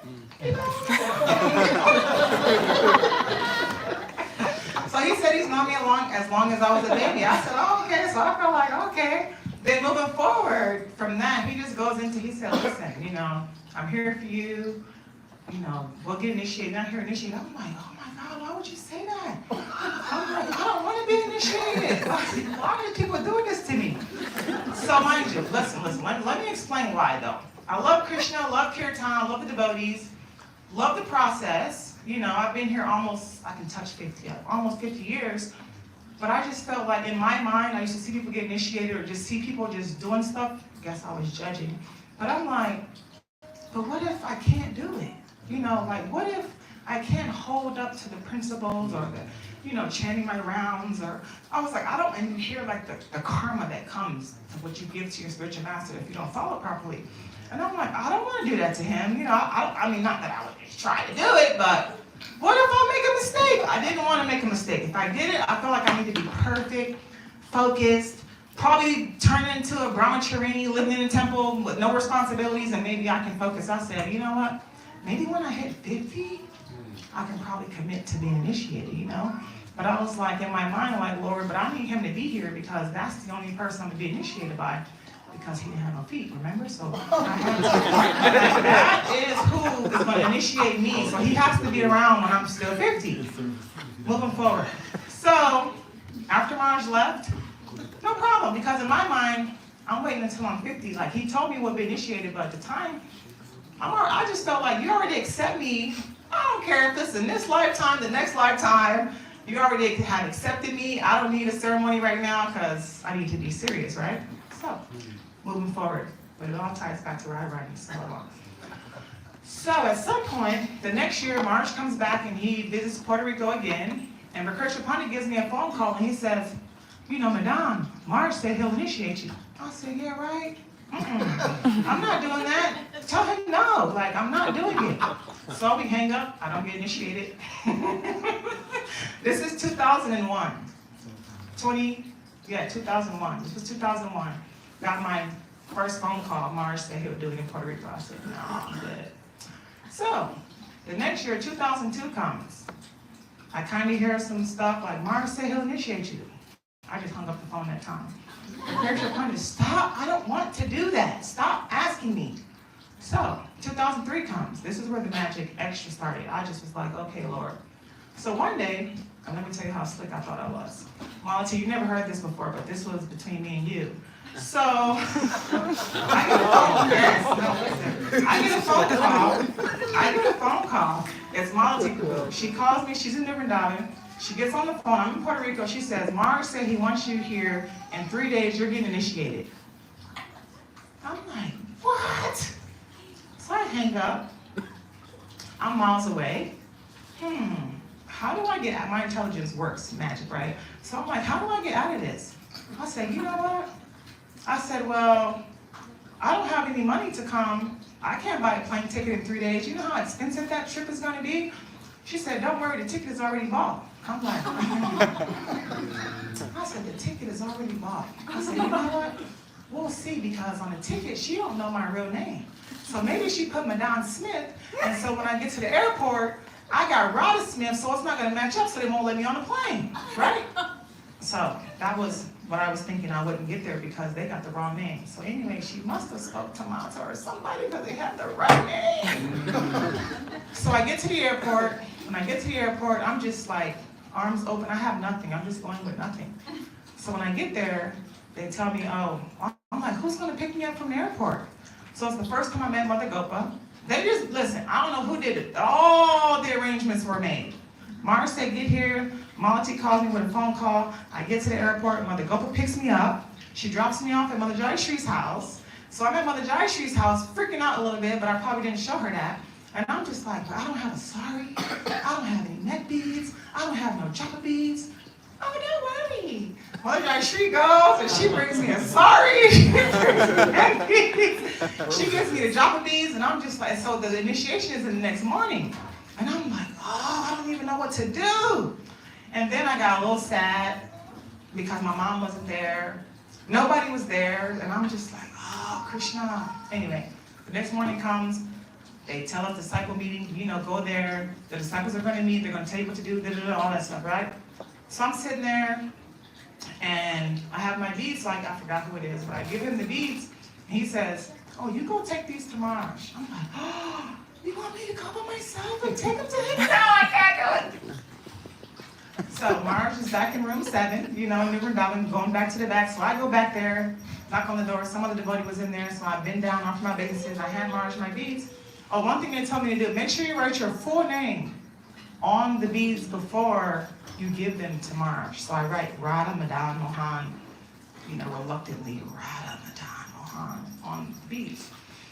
And so when I pass these beads to Marge, I'm getting ready to walk out the room, and he stops me and he says, hold on. He said, your name is Radha Madan Mohan? And I'm like, yes. And he says, this changes everything. I don't know what that meant, but I guess whatever name he had for me before, it got switched around. So I come back out. When we come back out, we're sitting there, everything's getting ready to start, and the next thing you know, the doors fly open. Here comes Mata, and my sister, Krishagi Saki, she came, and Mother Krishnandini came, and some devote, Mother Ishapanishad came, so I had a crew of people that we all lived in Puerto Rico, so they were in Gitanagri when Bhakti Tirtha was given initiation to Gitanagri, but somehow they made it to New Vrindavan in time for my initiation, so I was very happy about that. It's almost over, stay with me.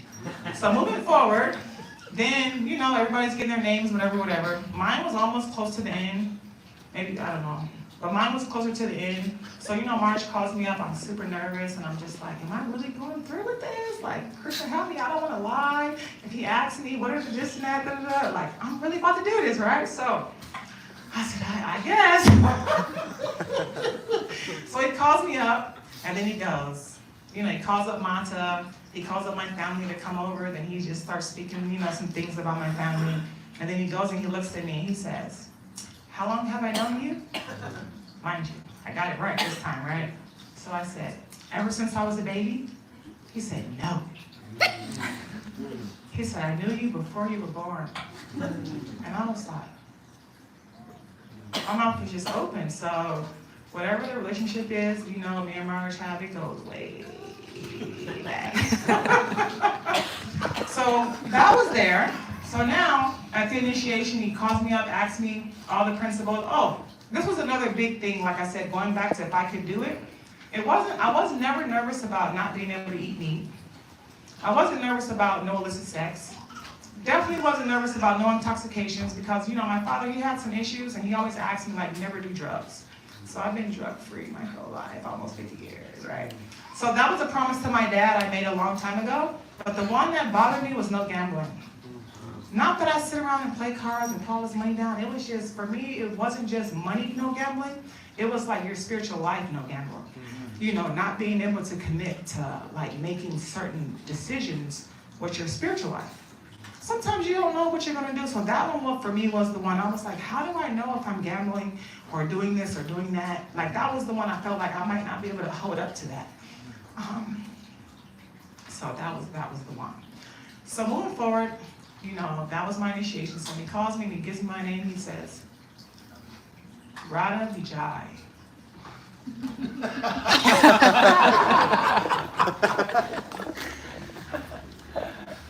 Okay.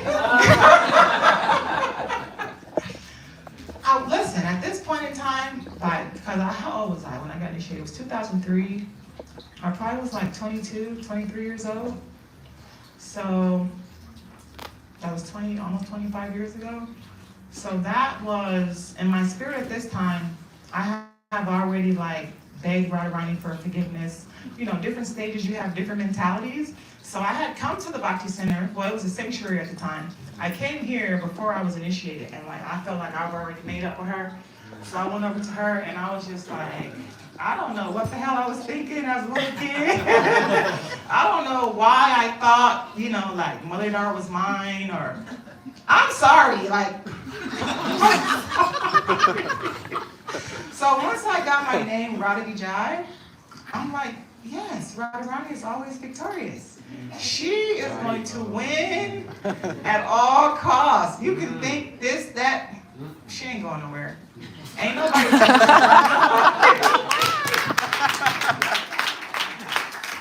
Nobody's going to take Radharani's place, right? And it's Radha Vijay Devi Dasi. Like, you better learn to get along with Radharani because my spiritual life ain't going nowhere. If you think you don't have to serve her to get to Krishna, you can't just get to Krishna without going through Radharani first, right? So, my beloved spiritual master and Radharani must be really good friends also. He knew exactly what name to give me to help me with those, you know, those thoughts that I went through with her. And Marge, thank you. I don't know, thank you for that name. And what's funny is a lot of people ask me, you know, why not Vijay Radha? And I'm like, well, you put Radha Vijay first. So, and also people are still saying Radha first. So, mind you, it's a service that I go through and I adore all the time. I hear a name, so don't shorten it. Just call me Radha Vijay because it helps me in my spiritual life when I hear those things. Are we stopping here? This is perfect. Okay, I'm almost done. So, because I have to go back to me watching Marge and trying to see if his feet ever disappeared again. So something even more amazing happened. And like I said, I sit back and I witness a lot of magic, is what I call it. You just have to be open to knowing and seeing and feeling it. So I got a lot of magic stories, but this one kind of blew me away. So a few years back, we were in India. Anybody here ever been to Eco Village? Okay, mind you, I went one time. We were there for about, 4 or 5 days. And I don't know a map of it or how it's laid out, but Marge, you maybe can explain this, but I can't. And so like I said, maybe I'm crazy, and when I tell the story, maybe you could be like, well, correct me if I'm wrong, but this is what happened. So there was a yatra where one devotee was taking us, around to the Radha Mohan temple, just the different temples, whatever. So we were staying at the hotel by where the Prasadam outside area is. I don't know what they're all called. We were staying there, And then we had to drive these little rickshaw, like little golf carts, all the way to the temple. So there was probably like, I don't know, 15 of us that went. So we got there, and then, you know, everybody had their stuff. I didn't have any agenda. I'm just going with whatever we're doing, that's what I'm going to do. I didn't have anything extra I was trying to see or go or be a part of. So when we got there, you know, every 20 minutes, somebody from the group was going away. So Mata, she had to, what did you have to go do? Okay, listen to this. Mata was going to meet a devotee who was getting ready to have a grain ceremony that Marge was going to feed this baby some, you know, sweet rice. So Marge was supposed to be back where we first started. So Mata left. Mata, Krishangi, and another devotee, they left. So now there's, you know, 12 of us. We're walking around, they're showing us stuff. This mother devotee's like, we need to go get massages. So like 4 or 5 devotees leave, they go get massages. So me and my daughter, this one's my oldest daughter, Michelle, she's there with me. So, you know, we're just there for the ride. So we get to the point where there's just me, myself, my daughter, another devotee lady from India, originally from Russia. She was a rascal, but I'm glad she was a rascal. So, no, those go back into those pastimes where, you know, like Kai had to do something to make this happen, like how all those things happen. So she was taking pictures at the Radha temple, and they asked her not to do that. And every time the guy walked up a little bit, she pulled her camera back out and like, keep taking pictures. And I'm looking like, she gonna get us in trouble. I'm not trying to hang with her. So whoever the guide was came back around, and he like, kind of like was Chad's like getting on her, like, you gotta stop taking pictures, da, da, da. And she just basically like, I can do what I want to do. I looked at Michelle, I said, you know what? I went over to the guy, I said, listen, you don't have to keep doing this tour for me and my daughter. Me and her, we about to leave. So if you want to continue the tour with her, that's y'all business. But you don't have to be obligated for the tour because now it's just 3 of us.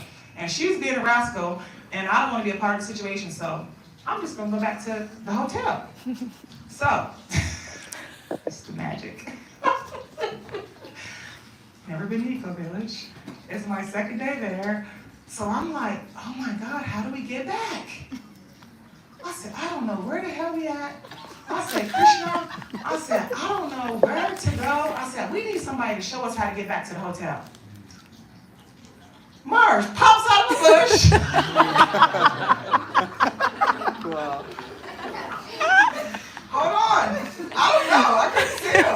He had his dhoti on, but he was just walking real fast. He just popped out of it was a bush. I don't know. It was just, he just came out the bush. And me and Michelle looked, and I was like, oh, there's Marge. So we go down, put on our obeisances, and next thing you know, he was standing right there. Yeah, he had feet. The feet was there. So we offer our obeisances. You know, I look up, the feet are there, and then we stand up, and you know, we tell Marge, you know, we were doing whatever we were doing. We had a little conversation, keep that exclusive. And then I was just like, Marge, we're lost. We don't know how to get back to the hotel. He looked around and he said, just go down that hill. I said, go down the hill? So before I could turn around to say, well, then where do we go? Marge was gone.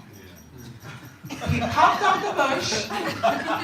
We offered our obeisances. He told us, go down. He pointed, go down the hill. So I turned around to look to see the direction. When I turned back around to say, but where do we go? Marge was already gone.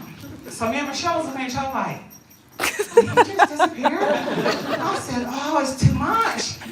So she was able to, hold on, I'm not done with that part. I'm not done with the rest of the story. So I think Marge time travels, I don't know.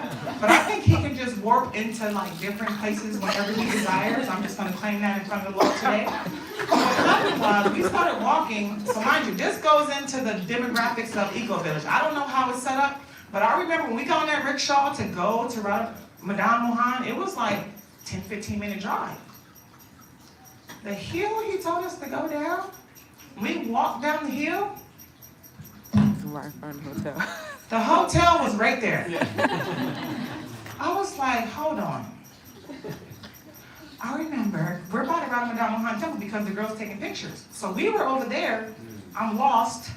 Mara said, walk down the hill. The hill was about 2-3 minutes, not even 2-3 minutes. It was like 1 minute walk, like right down the hill.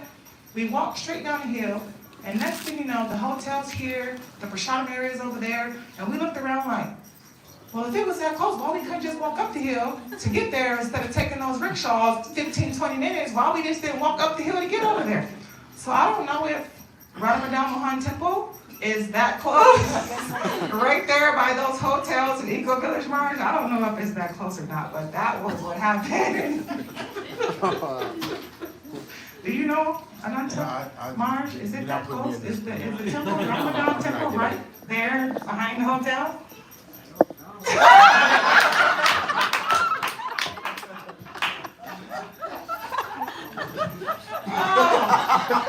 So that was my more recent experience on, I'll throw the feet in there, but at this moment, Marge disappeared completely and sent us through time travel and directed us to go down the hill, and you'll be back like where you need to go, just go down the hill, and you were there. So Marge is magical, and he's amazing, and for some reason I have been attracted to this man and his feet and his classes and his well-being and just everything about him since I was little.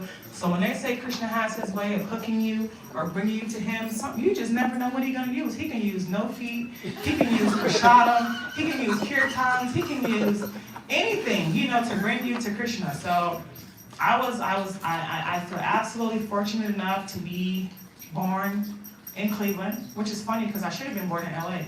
Masa lived in LA, she was 8.5 months pregnant with me, and then she ended up moving to Cleveland, so I was born in Cleveland, back to Cleveland. But I just want to thank all the devotees for this wonderful program, especially the Varanga. Thank you so much. Thank you, Marge, for blessing and putting the thought in Mata's head to push the devotees to put the program on, because she's like, we got 850 at the Muralidhar Festival. And so also another thing, I want to thank my mom, because over the years I have learned that when this woman speaks some things, sometimes they come into existence. So when you say or witness the magic, I've witnessed a lot of magic in my lifetime. And I want to thank you for you and Taliban Das for doing your devotional service to have me here. And having my family and all the kids that you have. And thank you, Malati Prabhu and Muralidhar Shri and Nitya for being, examples and, sticking around through all of everything that's been happening. Because, we're in a material world, we're trying to get out of here in a good way. But don't go too fast. Don't listen. Recently, I lost my sister, Krishangi Saki. And, I have to tell the pastor on her hat because I know she will love it. Being a little person, she was there. Now, mind you, I'm about 3 years older than her. So if I'm 5, she's like 1. So, but when she got a little older, there was one particular movie that she loved to watch. It was Gopal Krishna. And as a little kid, she used to sit there. So if anybody seen that movie, y'all seen Gopal Krishna? So you know that one scene where Krishna's leaving for Mathura, and Radha's standing there, and he's leaving her, and she can't come, and he turns around and looks at her and gives her his flute and all that stuff? My sister used to sit there and start crying every single time that part would come on. And we were little, so I'm looking at her like, you don't even know him. And why are you crying? But like every time she would just sit there and just tears would just come down her face. And I just, and my feeling, I hated when she did that. I used to be like, why do you do that? Stop faking. Stop crying. You don't even know him like that. You haven't been there. You're not running around and you're like, what are you crying for? But as we got older, I just understood that her heart and her attachments to Krishna and her emotions were very real. So Krishna, I'm sorry for that, but it used to piss me off when you did that. But I'm over it now, and watching her later in life, she's a very emotional person. So she genuinely loved Krishna very, very much. And so as I got older, I used to sit and watch and was like, this girl, I feel like she probably came from the spiritual worlds because the stuff that she used to do.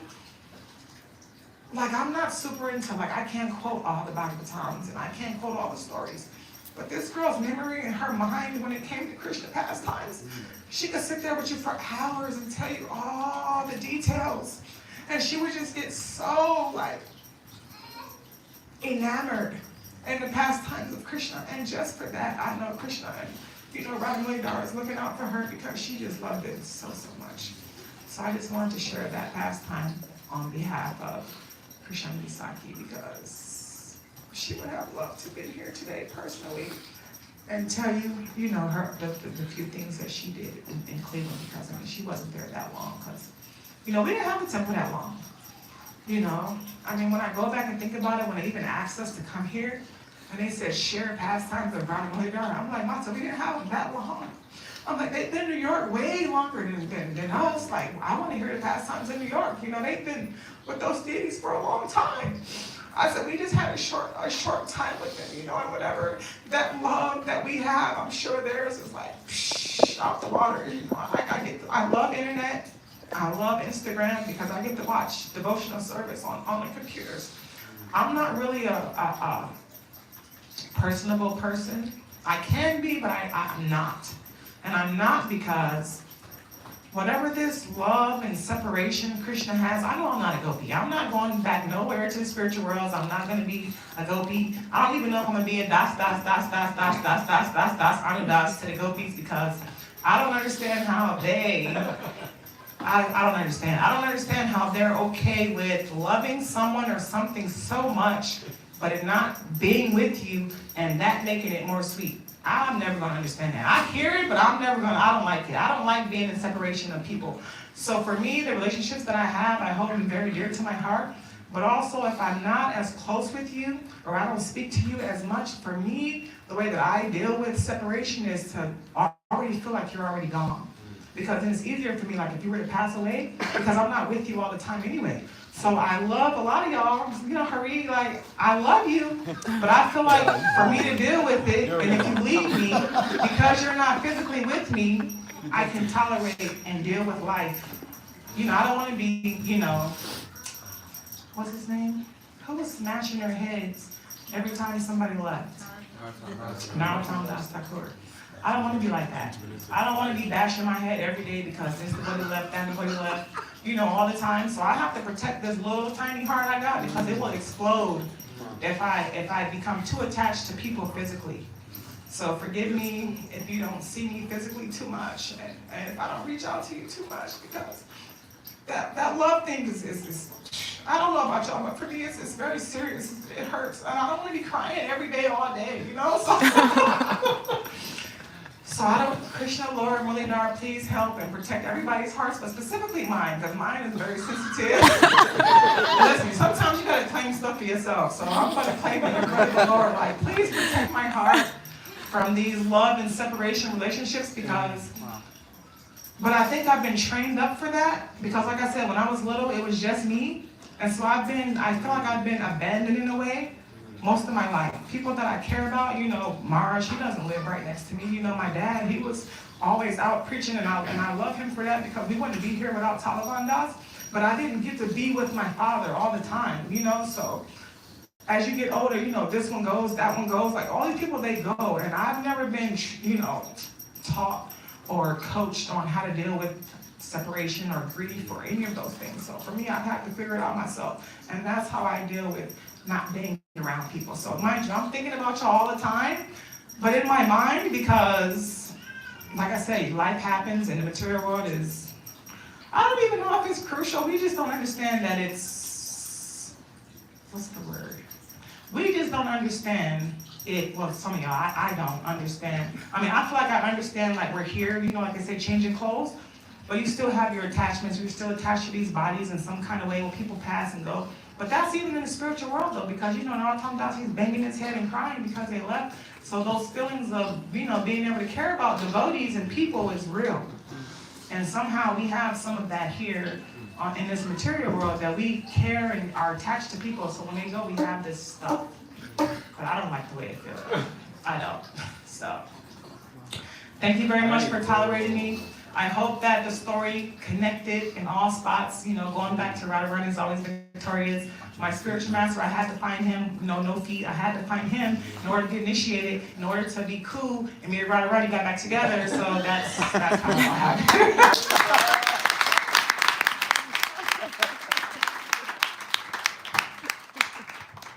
Radha Vijay Devi Ki Wow. Unbelievable. Oh, She is the Empress of the Trinity Prayers. Yes, yes, yes. Okay, Yes, okay. yes. Fine, then that is, you brought us into love and separation. Truly, thank you. So we'll have you lead the Nishingadev prayers. And, yes. Brother Kamagiri, can you lead us in some kirtan before the Nishingadev prayers? Ananta's ready to, he's ready to serve, that's it. So the program right now is we're going to do just a few minutes of kirtan. 1 o'clock, the prasadam is going to be served. The senior disciples, we can go down to the second floor. Everybody else will have that as well on the second floor. So this will continue again. 3 o'clock kirtan begins again, and then 3:30, Prabhu, we can hear the New Vrindavan to the Green Point pastimes. Okay, so we'll start then, and we'll get into New Vrindavan to the Green Point pastimes, and then we'll continue again in the evening. So, Hare Krishna.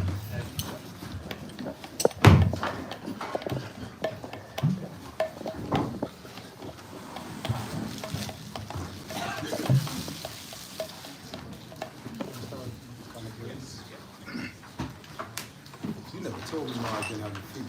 I knew you was hugging up on the ladies, and you weren't supposed to. But you didn't tell me that much. Now I'll be watching this.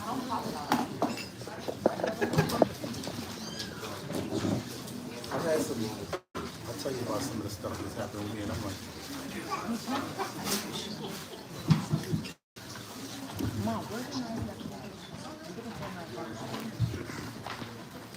yeah, but we just said we just dead to you. You look like you left. So, basically,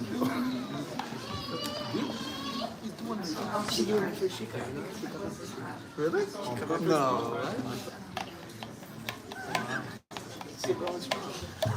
He messed it up now.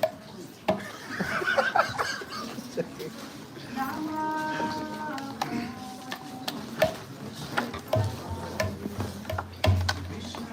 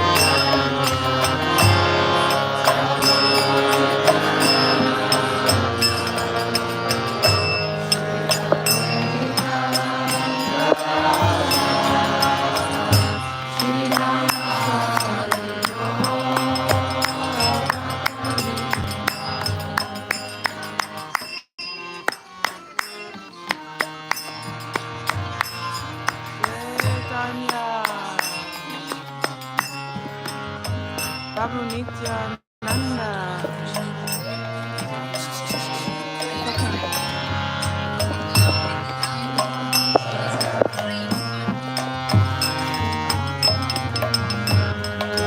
Jaya Shri Krishna Chaitanya Prabhu Nityananda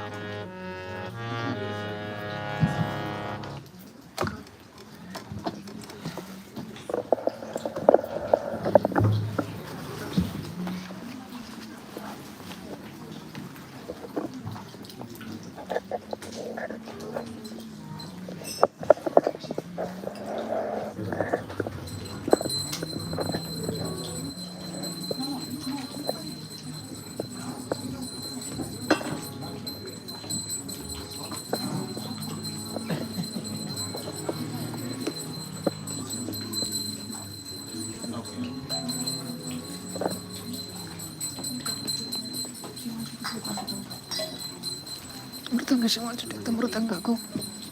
No. She said no. Okay.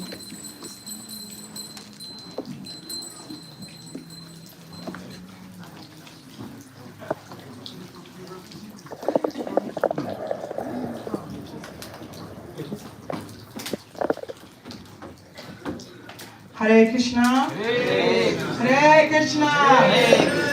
Krishna Krishna. Hare Hare. Hare Rama. Hare Rama. Rama Rama. Hare Hare. Hare Hare. I once heard, like I said, I might be crazy, so maybe I'm wrong, but I heard that the safest place in all three worlds is in the middle of kirtan. So, if you don't have an instrument and you can be a little rhythmic, what's the word? Rhythmic. We have our hands. I also heard when you're chanting and clapping with your hands, it helps in your spiritual life and it may change your destination. So we always have our hands. So at some point you can join in and clap. And also, what I've realized, and another instruction I've gotten from my wonderful spiritual master, is always be enthusiastic. Bring the utsaha wherever you go. So I try to do that. If you don't like it, you can talk to him about that. So that was a personal instruction he gave me many years ago. So if you see me always a little extra, it's from my spiritual master to tell me to be that way. So we're going to do some Sringadev prayers here. If there's anything or anybody or anyone that you may want to, extra take in the heart for the Lord's protection, you can do that. So we'll sing this in Sringa prayer. It's a little extra because I'm a little extra.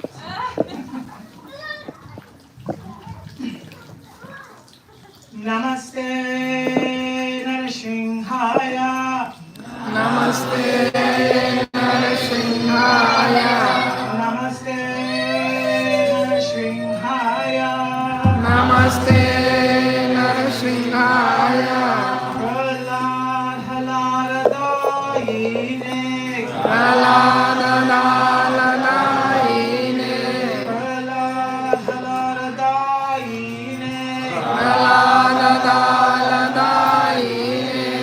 Hiranyakasipur Vakshaha. Hiranyakasipur Vakshaha. Hiranyakasipur Vakshaha. Hiranyakasipur Vakshaha. Shrinatankalaye. Shiratankanakalaye. Shrinatankalaye.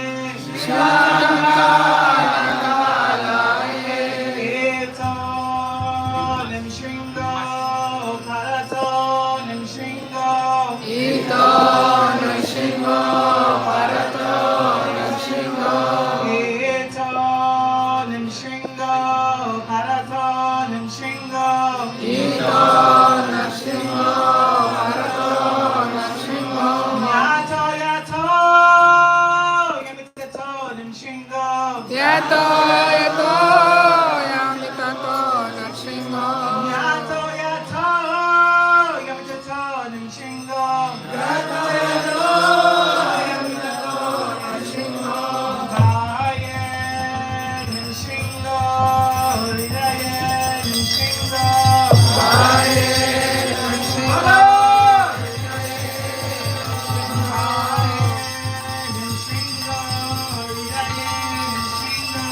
Baye Nashingo. Narasinghamade.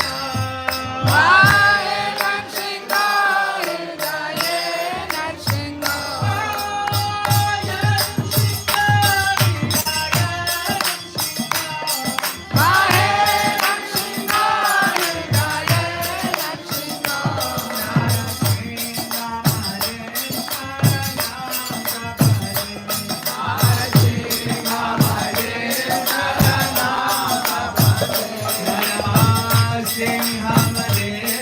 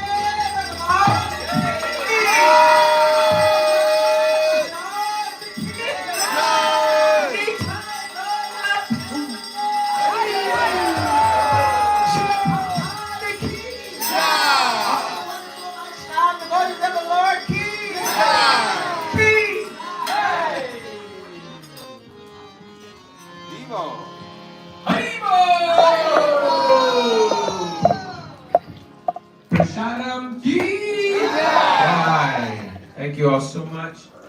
Thank you so much. Did you